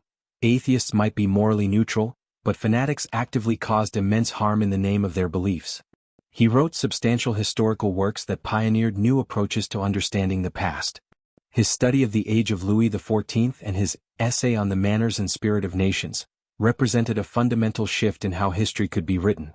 Instead of focusing exclusively on kings and battles, on diplomatic negotiations and dynastic successions, Voltaire tried to understand the broader development of civilization, how economic conditions, cultural attitudes, intellectual movements, and social structures shaped societies and changed over time.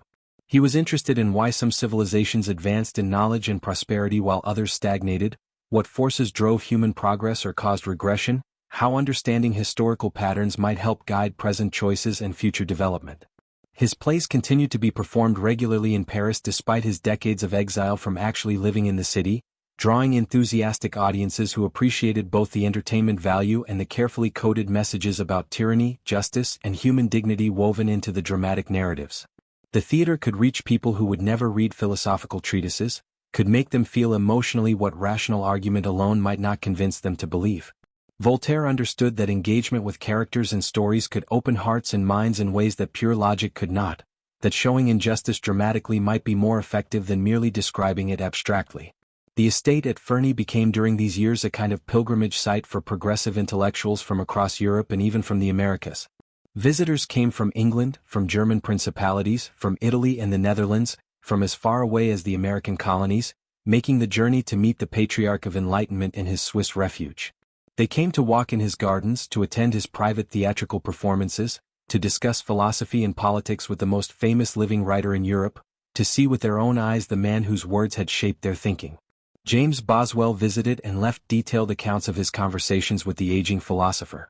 Edward Gibbon came, the young historian who would write the monumental Decline and Fall of the Roman Empire, partly inspired by Voltaire's approach to historical writing.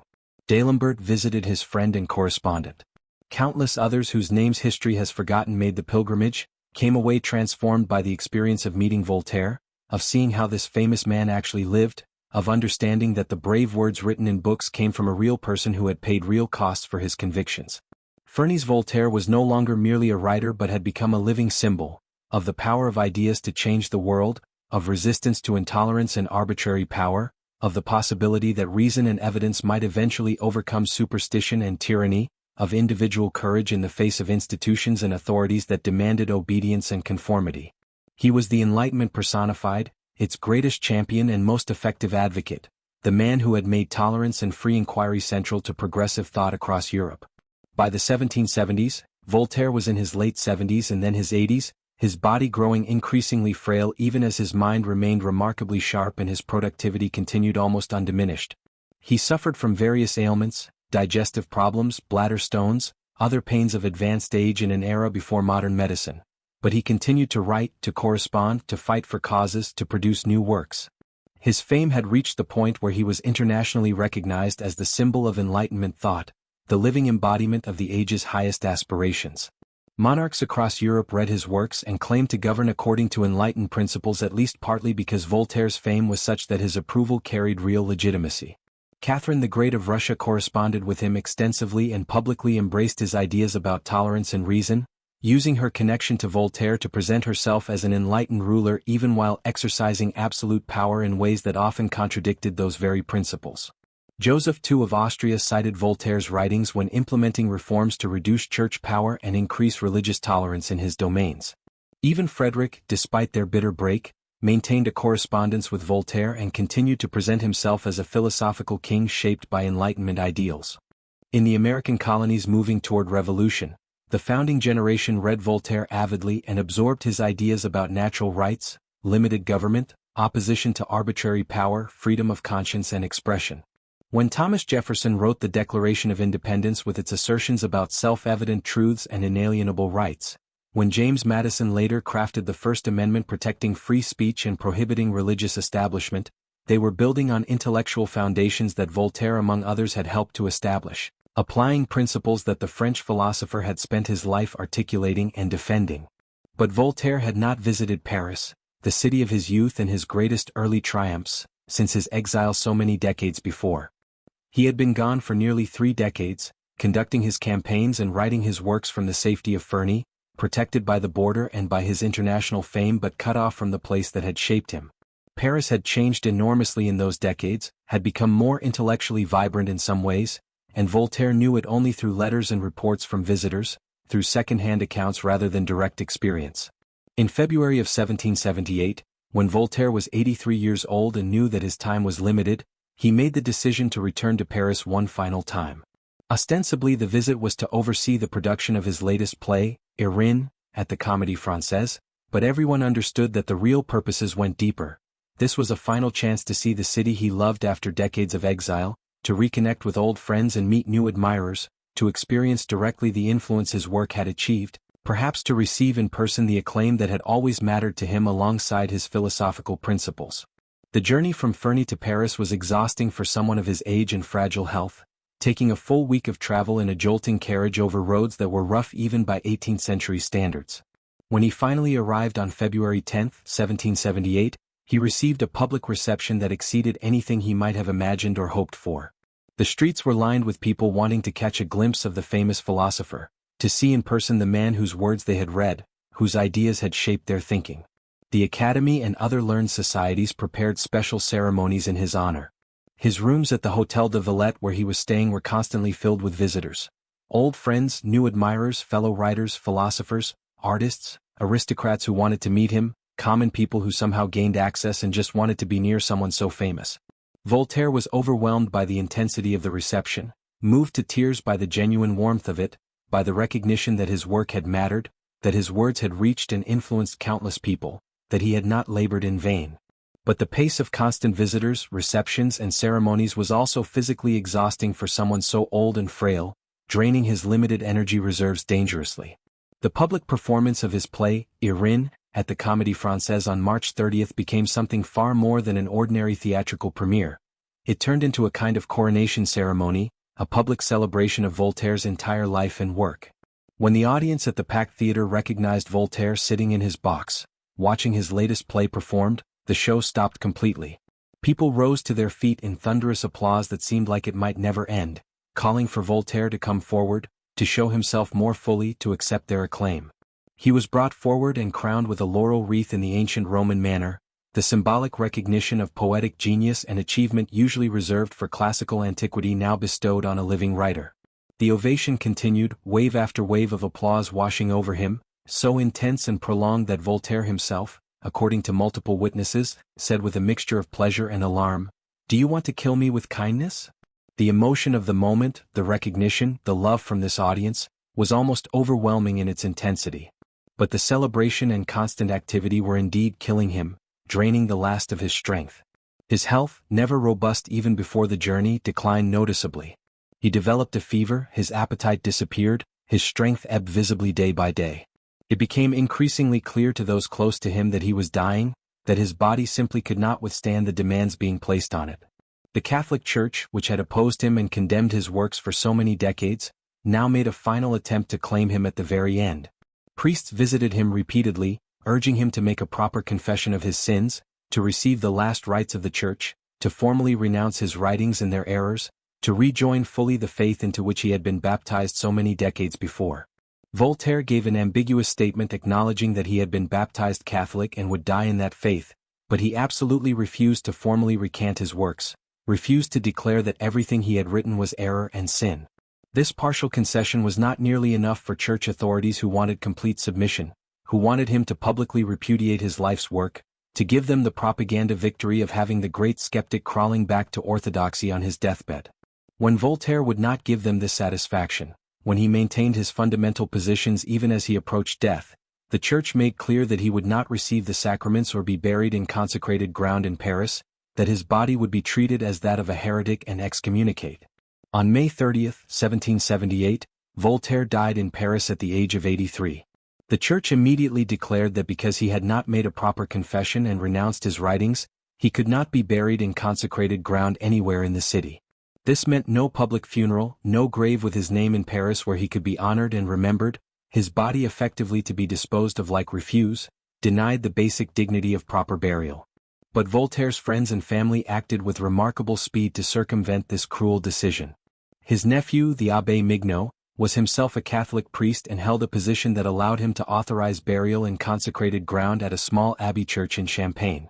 In a macabre scene that must have been strange beyond imagining, they dressed Voltaire's corpse in sitting position, propped it up in a carriage as though he were still alive, and drove through the night from Paris to the abbey at Celliers, racing to complete the burial before church authorities in Paris could act to prevent it. The burial at Celliers was hasty, almost furtive, nothing like the public ceremony that someone of Voltaire's stature should have received. But it was done, the body was in consecrated ground, and the church authorities, furious as they were, could not easily undo what had been accomplished. For 11 years Voltaire's body would rest at Celliers, buried but not honored, present but not celebrated, while his reputation continued to grow and his writings spread even more widely across Europe and to the Americas. Then came the French Revolution in 1789, and everything changed. The revolutionaries who overthrew the Ancien regime, who executed the king and proclaimed a republic, who attacked the Catholic Church's power and privileges, saw Voltaire as a prophet who had prepared the intellectual ground for their revolution. His attacks on arbitrary royal power and absolute monarchy justified their overthrow of the Bourbon dynasty. His advocacy for tolerance and his critique of the Church's wealth and political influence supported their civil constitution of the clergy that subordinated the Church to state control. His insistence on reason and evidence over tradition and authority provided philosophical foundation for their entire revolutionary project. In 1791, the revolutionary government made the decision to honor Voltaire properly and belatedly by moving his remains from the obscure abbey at Celliers to the Pantheon in Paris, the great church of Saint Genevieve that had been rededicated during the Revolution as a temple to France's greatest men, a secular shrine where the nation's heroes would be honored. On July 11, 1791, Voltaire's coffin was carried through the streets of Paris in an enormous procession that was one of the great public ceremonies of the revolutionary period. Hundreds of thousands of people lined the streets to watch, to participate, to honor the man whose writings had helped make their revolution possible. The coffin itself was placed on an elaborate decorated catafalque that took the form of an ancient sarcophagus, pulled slowly through the city by 12 white horses. Musicians played, military bands marched, soldiers in formation provided honor guard, and delegations from every learned society, every government body, every revolutionary club and organization participated in the ceremony. The inscription placed on Voltaire's coffin for this procession captured what the revolutionaries most valued about his work and his legacy. He avenged Colas, Labarre, Servin, and Montbailly. Poet, philosopher, historian, he gave wings to the human spirit. He prepared us for freedom. This epitaph emphasized not just his literary brilliance or his philosophical insights in the abstract, but his practical fights for justice on behalf of specific victims, his role in changing how people thought about freedom and rights, his concrete contribution to making revolution possible and even necessary. The revolutionaries claimed Voltaire enthusiastically, but they also claimed him for purposes he might not have endorsed and in ways that went far beyond what he had actually advocated. Voltaire had argued for reform, for gradual improvement of laws and institutions through rational persuasion and enlightened governance. He had never called for revolution, had never advocated the violent overthrow of monarchy itself. He believed in property rights and social hierarchy, wanting only to make them more rational and less arbitrary rather than to abolish them entirely. He would almost certainly have been horrified by the terror that followed the revolution's initial idealistic phase, by the mass executions and the extremism, by the descent into violence and factional warfare. This gap between what Voltaire actually believed and how later movements claimed his legacy is important to recognize, but it's also important to understand why it happened and what it means. Ideas, once released into the world, take on lives of their own that their creators cannot control or even predict. The principles that Voltaire articulated, the methods of questioning and critique that he modeled, the values he championed, these could be and were applied far more broadly and radically than he personally might have intended or endorsed. If you establish the principle that people should not be persecuted for their religious beliefs, that principle can naturally extend to tolerance of political opinions, of cultural practices, of sexual preferences, of any differences that don't cause direct harm to others. If you argue that claims should be based on evidence rather than authority, That same empirical standard can be applied to economic arrangements, social hierarchies, gender roles, any tradition that justifies itself through appeals to custom or divine ordination. If you insist that governments should serve the people rather than the people serving governments, that logic points toward democracy even if you personally preferred enlightened monarchy.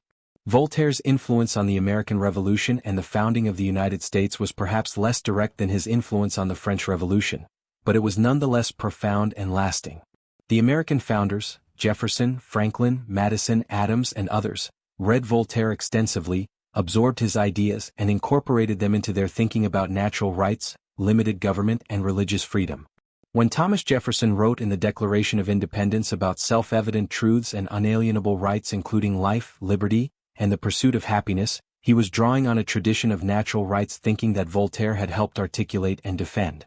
When Jefferson wrote about the necessity of religious freedom and the importance of separating church and state, when he authored the Virginia Statute for Religious Freedom, he was applying principles that Voltaire had championed throughout his life. When James Madison crafted the First Amendment to the United States Constitution, protecting freedom of speech and press while prohibiting the establishment of religion, he was institutionalizing in fundamental law the values that Voltaire had argued for in countless writings, that ideas should be allowed to compete freely without government interference, that no religious sect should be able to use state power to enforce its doctrines or persecute competitors. The French Declaration of the Rights of Man and of the Citizen, proclaimed in 1789 at the beginning of the Revolution, shows Voltaire's influence even more explicitly. Article 10 guarantees that no one should be disturbed for their opinions, even religious ones, provided they don't disturb public order. This is Voltairean tolerance enshrined as fundamental right. Article 11 protects the free communication of thoughts and opinions as one of the most precious rights, limited only by legal provisions against abuse. This is Voltaire's defense of free expression made into constitutional principle. Even in areas where later movements went beyond Voltaire's own positions, they often claimed his authority and used his methods. Abolitionists fighting against slavery invoked Enlightenment principles about human dignity and natural rights that Voltaire had helped articulate, even though Voltaire himself had held racist views and had profited financially from investments that likely involved the slave trade. The contradiction between Voltaire's principles about universal human rights and his personal prejudices and financial interests shows the gap between ideas and the people who express them. Advocates for women's rights and equality drew on Enlightenment principles about reason and natural equality, extending logic that Voltaire and other philosophers had applied to religious and political questions into the realm of gender relations, even though Voltaire himself had held fairly conventional views about women's inferiority despite his genuine respect for Émilie du Châtelet's brilliance. Atheists and aggressive secularists cited Voltaire's devastating attacks on religious authority and ecclesiastical power, treating him as a champion of complete unbelief even though he remained throughout his life a deist who believed in God and thought some form of religious belief was socially necessary.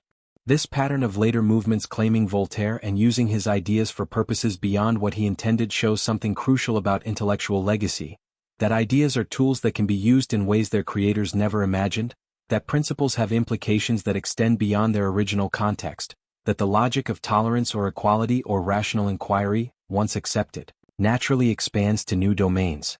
The principle of tolerance particularly shows this dynamic of expansion.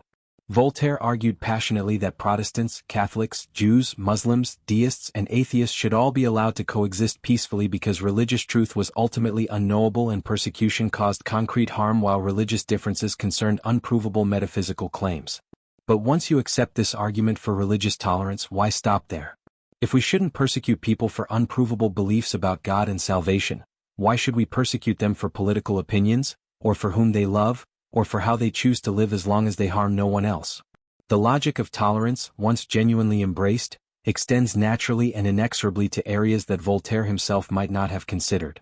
Similarly, Voltaire's defense of free expression against censorship established a principle that went far beyond his specific immediate goals.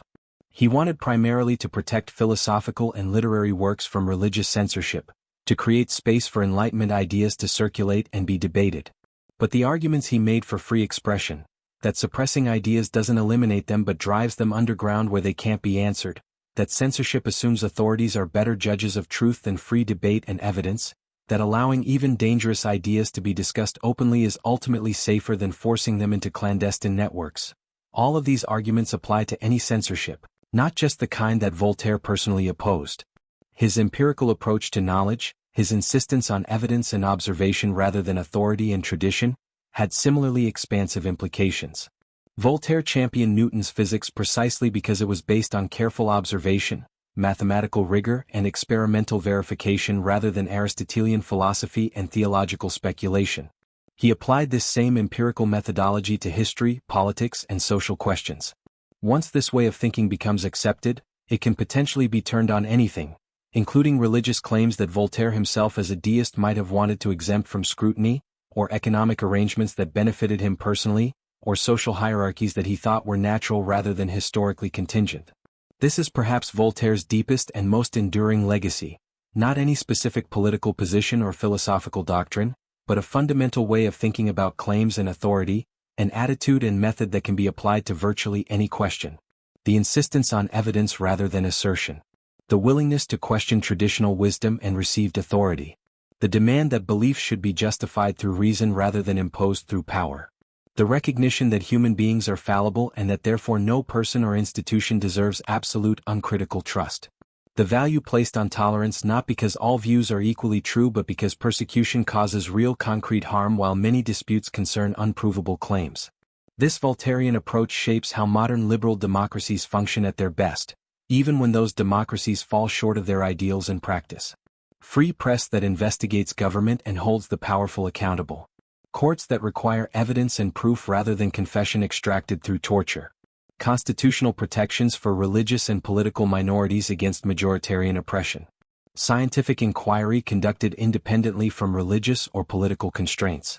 Education that emphasizes critical thinking and evaluation of evidence rather than mere memorization of approved doctrines. All of these reflect principles and values that Voltaire spent his life championing. The contradictions and failures in Voltaire's own life and thought remain instructive rather than merely embarrassing. That someone could fight courageously for tolerance while holding bigoted views about Jews and Africans shows that moral progress is uneven and incomplete. That someone could brilliantly expose greed and luxury while personally pursuing wealth through shrewd investments demonstrates that principles and practice often diverge.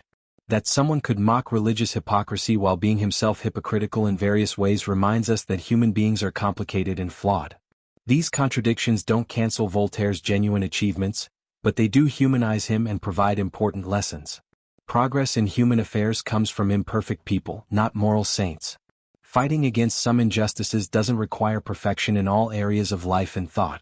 Ideas can be more important and more enduring than the personal flaws of those who first articulated them. We can learn from and build on someone's insights while also recognizing and rejecting their prejudices and blind spots. Perhaps most importantly, Voltaire demonstrated through his life and work that intellectuals and writers could do far more than merely debate abstractions or entertain audiences. They could intervene directly in the world, using their skills, platforms, and connections to affect specific outcomes and defend real people. His campaigns for Jean Calas, for the servant family, for the memory of the Chevalier de la Barre, showed concretely that writing could change reality, that public opinion mattered even under absolute monarchy, that even the most entrenched power could be challenged and sometimes defeated through sustained argument backed by evidence and appealing to conscience. This model of the intellectual as public advocate and champion of the oppressed, using whatever advantages they possess to defend those who have none, became increasingly important in the centuries after Voltaire. Writers, philosophers, journalists, academics who followed his example understood that their work could and should have consequences beyond academic reputation or literary fame, that knowledge brings responsibility, that privileges should be used for purposes beyond personal advancement. Voltaire's tomb in the Pantheon sits directly across the central aisle from that of Jean-Jacques Rousseau, the two great philosophers of the French Enlightenment forever paired in death though they clashed bitterly in life, representing different strains of progressive thought that often opposed each other. Millions of visitors have passed by these tombs over more than 2 centuries, reminded that ideas matter profoundly, that words can genuinely change the world, that the struggles for tolerance and justice and reason are never finally won but must be renewed and refought by each generation. The simple inscription on Voltaire's tomb reads, "He taught us to be free." This brief epitaph captures something essential about his contribution that goes beyond any specific doctrine or political program. Not a complete systematic philosophy that must be accepted or rejected as a whole, not a detailed blueprint for the perfect society, but rather a fundamental teaching about human freedom, intellectual freedom to question and doubt, freedom of conscience to believe or disbelieve as evidence and reason lead, freedom of expression to speak truth even to the most powerful, freedom from arbitrary authority whether religious or political. And perhaps that teaching, more than any particular position Voltaire held on specific issues, represents his enduring value and relevance. The method and the attitude rather than any fixed conclusion. The willingness to question authority without simply replacing it with different authority. The insistence on evidence without claiming that evidence can answer all questions. The defense of free expression while recognizing that freedom brings responsibility. The recognition that tolerance serves everyone's interests even when truth remains contested. The problems and questions that animated Voltaire's work remain remarkably contemporary. The Lisbon earthquake that provoked Candide and forced him to confront the problem of evil and undeserved suffering. We still face disasters natural and human-made that resist easy explanation or theodicy, still encounter people offering empty optimism or simplistic answers to genuine tragedy. Voltaire's response remains instructive. Acknowledge suffering as real and terrible, resist philosophical or theological rationalizations that explain it away, but also insist on practical action and modest improvement rather than despair or paralysis. The religious conflicts and sectarian violence that drove Jean Calas and the Chevalier de la Barre to their terrible deaths find contemporary parallels across the globe. Persecution of religious minorities, violence justified by sectarian hatred, laws that punish blasphemy or apostasy with death or imprisonment, the alliance of religious authority with state power to enforce orthodoxy and crush dissent. Voltaire's principle that religious belief should be a private matter, that no one should suffer legal penalty for their faith or lack of it, that tolerance serves everyone's long-term interests even if it seems to require accepting error. These arguments remain urgently relevant rather than mere historical curiosities. The censorship and arbitrary power that Voltaire fought throughout his life have not disappeared from the world but have evolved into new forms. Modern authoritarian regimes still imprison writers and journalists, still suppress dissent and demand conformity, still use state power to control thought and expression. Even democratic governments face constant temptation to limit speech in the name of security or public order or protecting people from dangerous ideas. The arguments Voltaire made for free expression, for due process and legal limits on power, for the dangers of allowing authority to determine what can and cannot be said, all of these remain necessary and contested. Even the image of the garden at the end of Candide speaks to contemporary concerns and anxieties. In an age of global problems that can seem overwhelming in their scale and complexity, climate change, inequality, political polarization, threats to democracy, technological disruption, the advice to cultivate one's garden suggests a wisdom that avoids both grandiose delusion and passive despair. Focus on what you can actually affect, find meaning in practical work and concrete improvement, don't let the impossibility of solving everything paralyze you from doing something. Not resignation or withdrawal from larger struggles, but realistic understanding of human limitations combined with commitment to improve whatever corner of the world lies within your reach. Voltaire would surely be both encouraged and dismayed by the modern world if he could somehow observe it. Encouraged by the dramatic spread of literacy and education that makes knowledge accessible to billions rather than a tiny elite. Encouraged by scientific advances far beyond anything Newton imagined, by the complete elimination of judicial torture in most countries, by the existence of democratic governments that actually protect many of the rights he advocated for. Encouraged that his works are still read, still studied, still capable of provoking thought and argument. But he would certainly be dismayed by the persistence of intolerance and sectarian violence, by the emergence of new forms of superstition and irrationality that his age thought it was defeating, by the ways that reason and evidence are still so often subordinated to prejudice and power and wishful thinking, by the enormous gap that remains between enlightened principles and actual practice in so many places. Most of all, he would probably recognize the fundamental pattern, that progress is real but never complete or permanent, that each generation faces its own versions of old struggles, that the fight for tolerance and reason and freedom is never finally won but must be renewed continuously. And he would probably still insist on the same essential response. Cultivate your garden, whatever that means in your particular circumstances.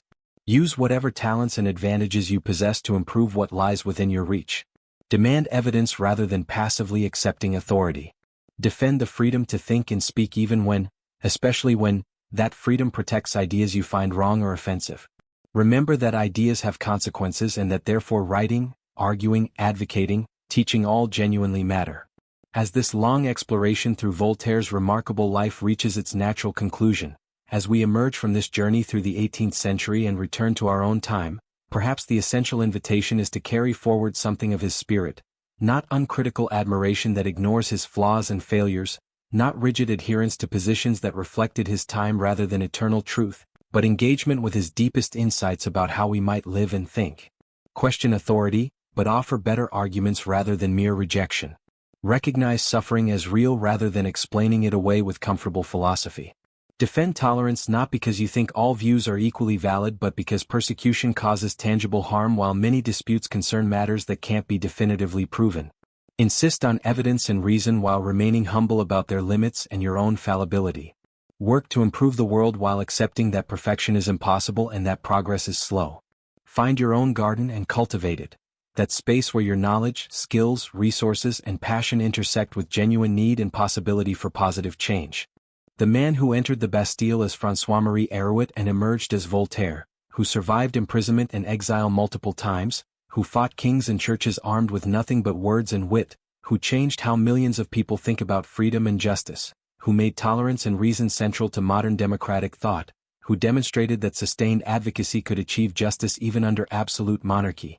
His story is not merely history but an ongoing conversation about how we should live, what we should value, and how we might make the world incrementally better despite abundant evidence that the task is impossible. If you found value in this exploration of Voltaire's life and enduring relevance, please consider subscribing to Sleep Story for more immersive journeys through history's most fascinating figures and moments.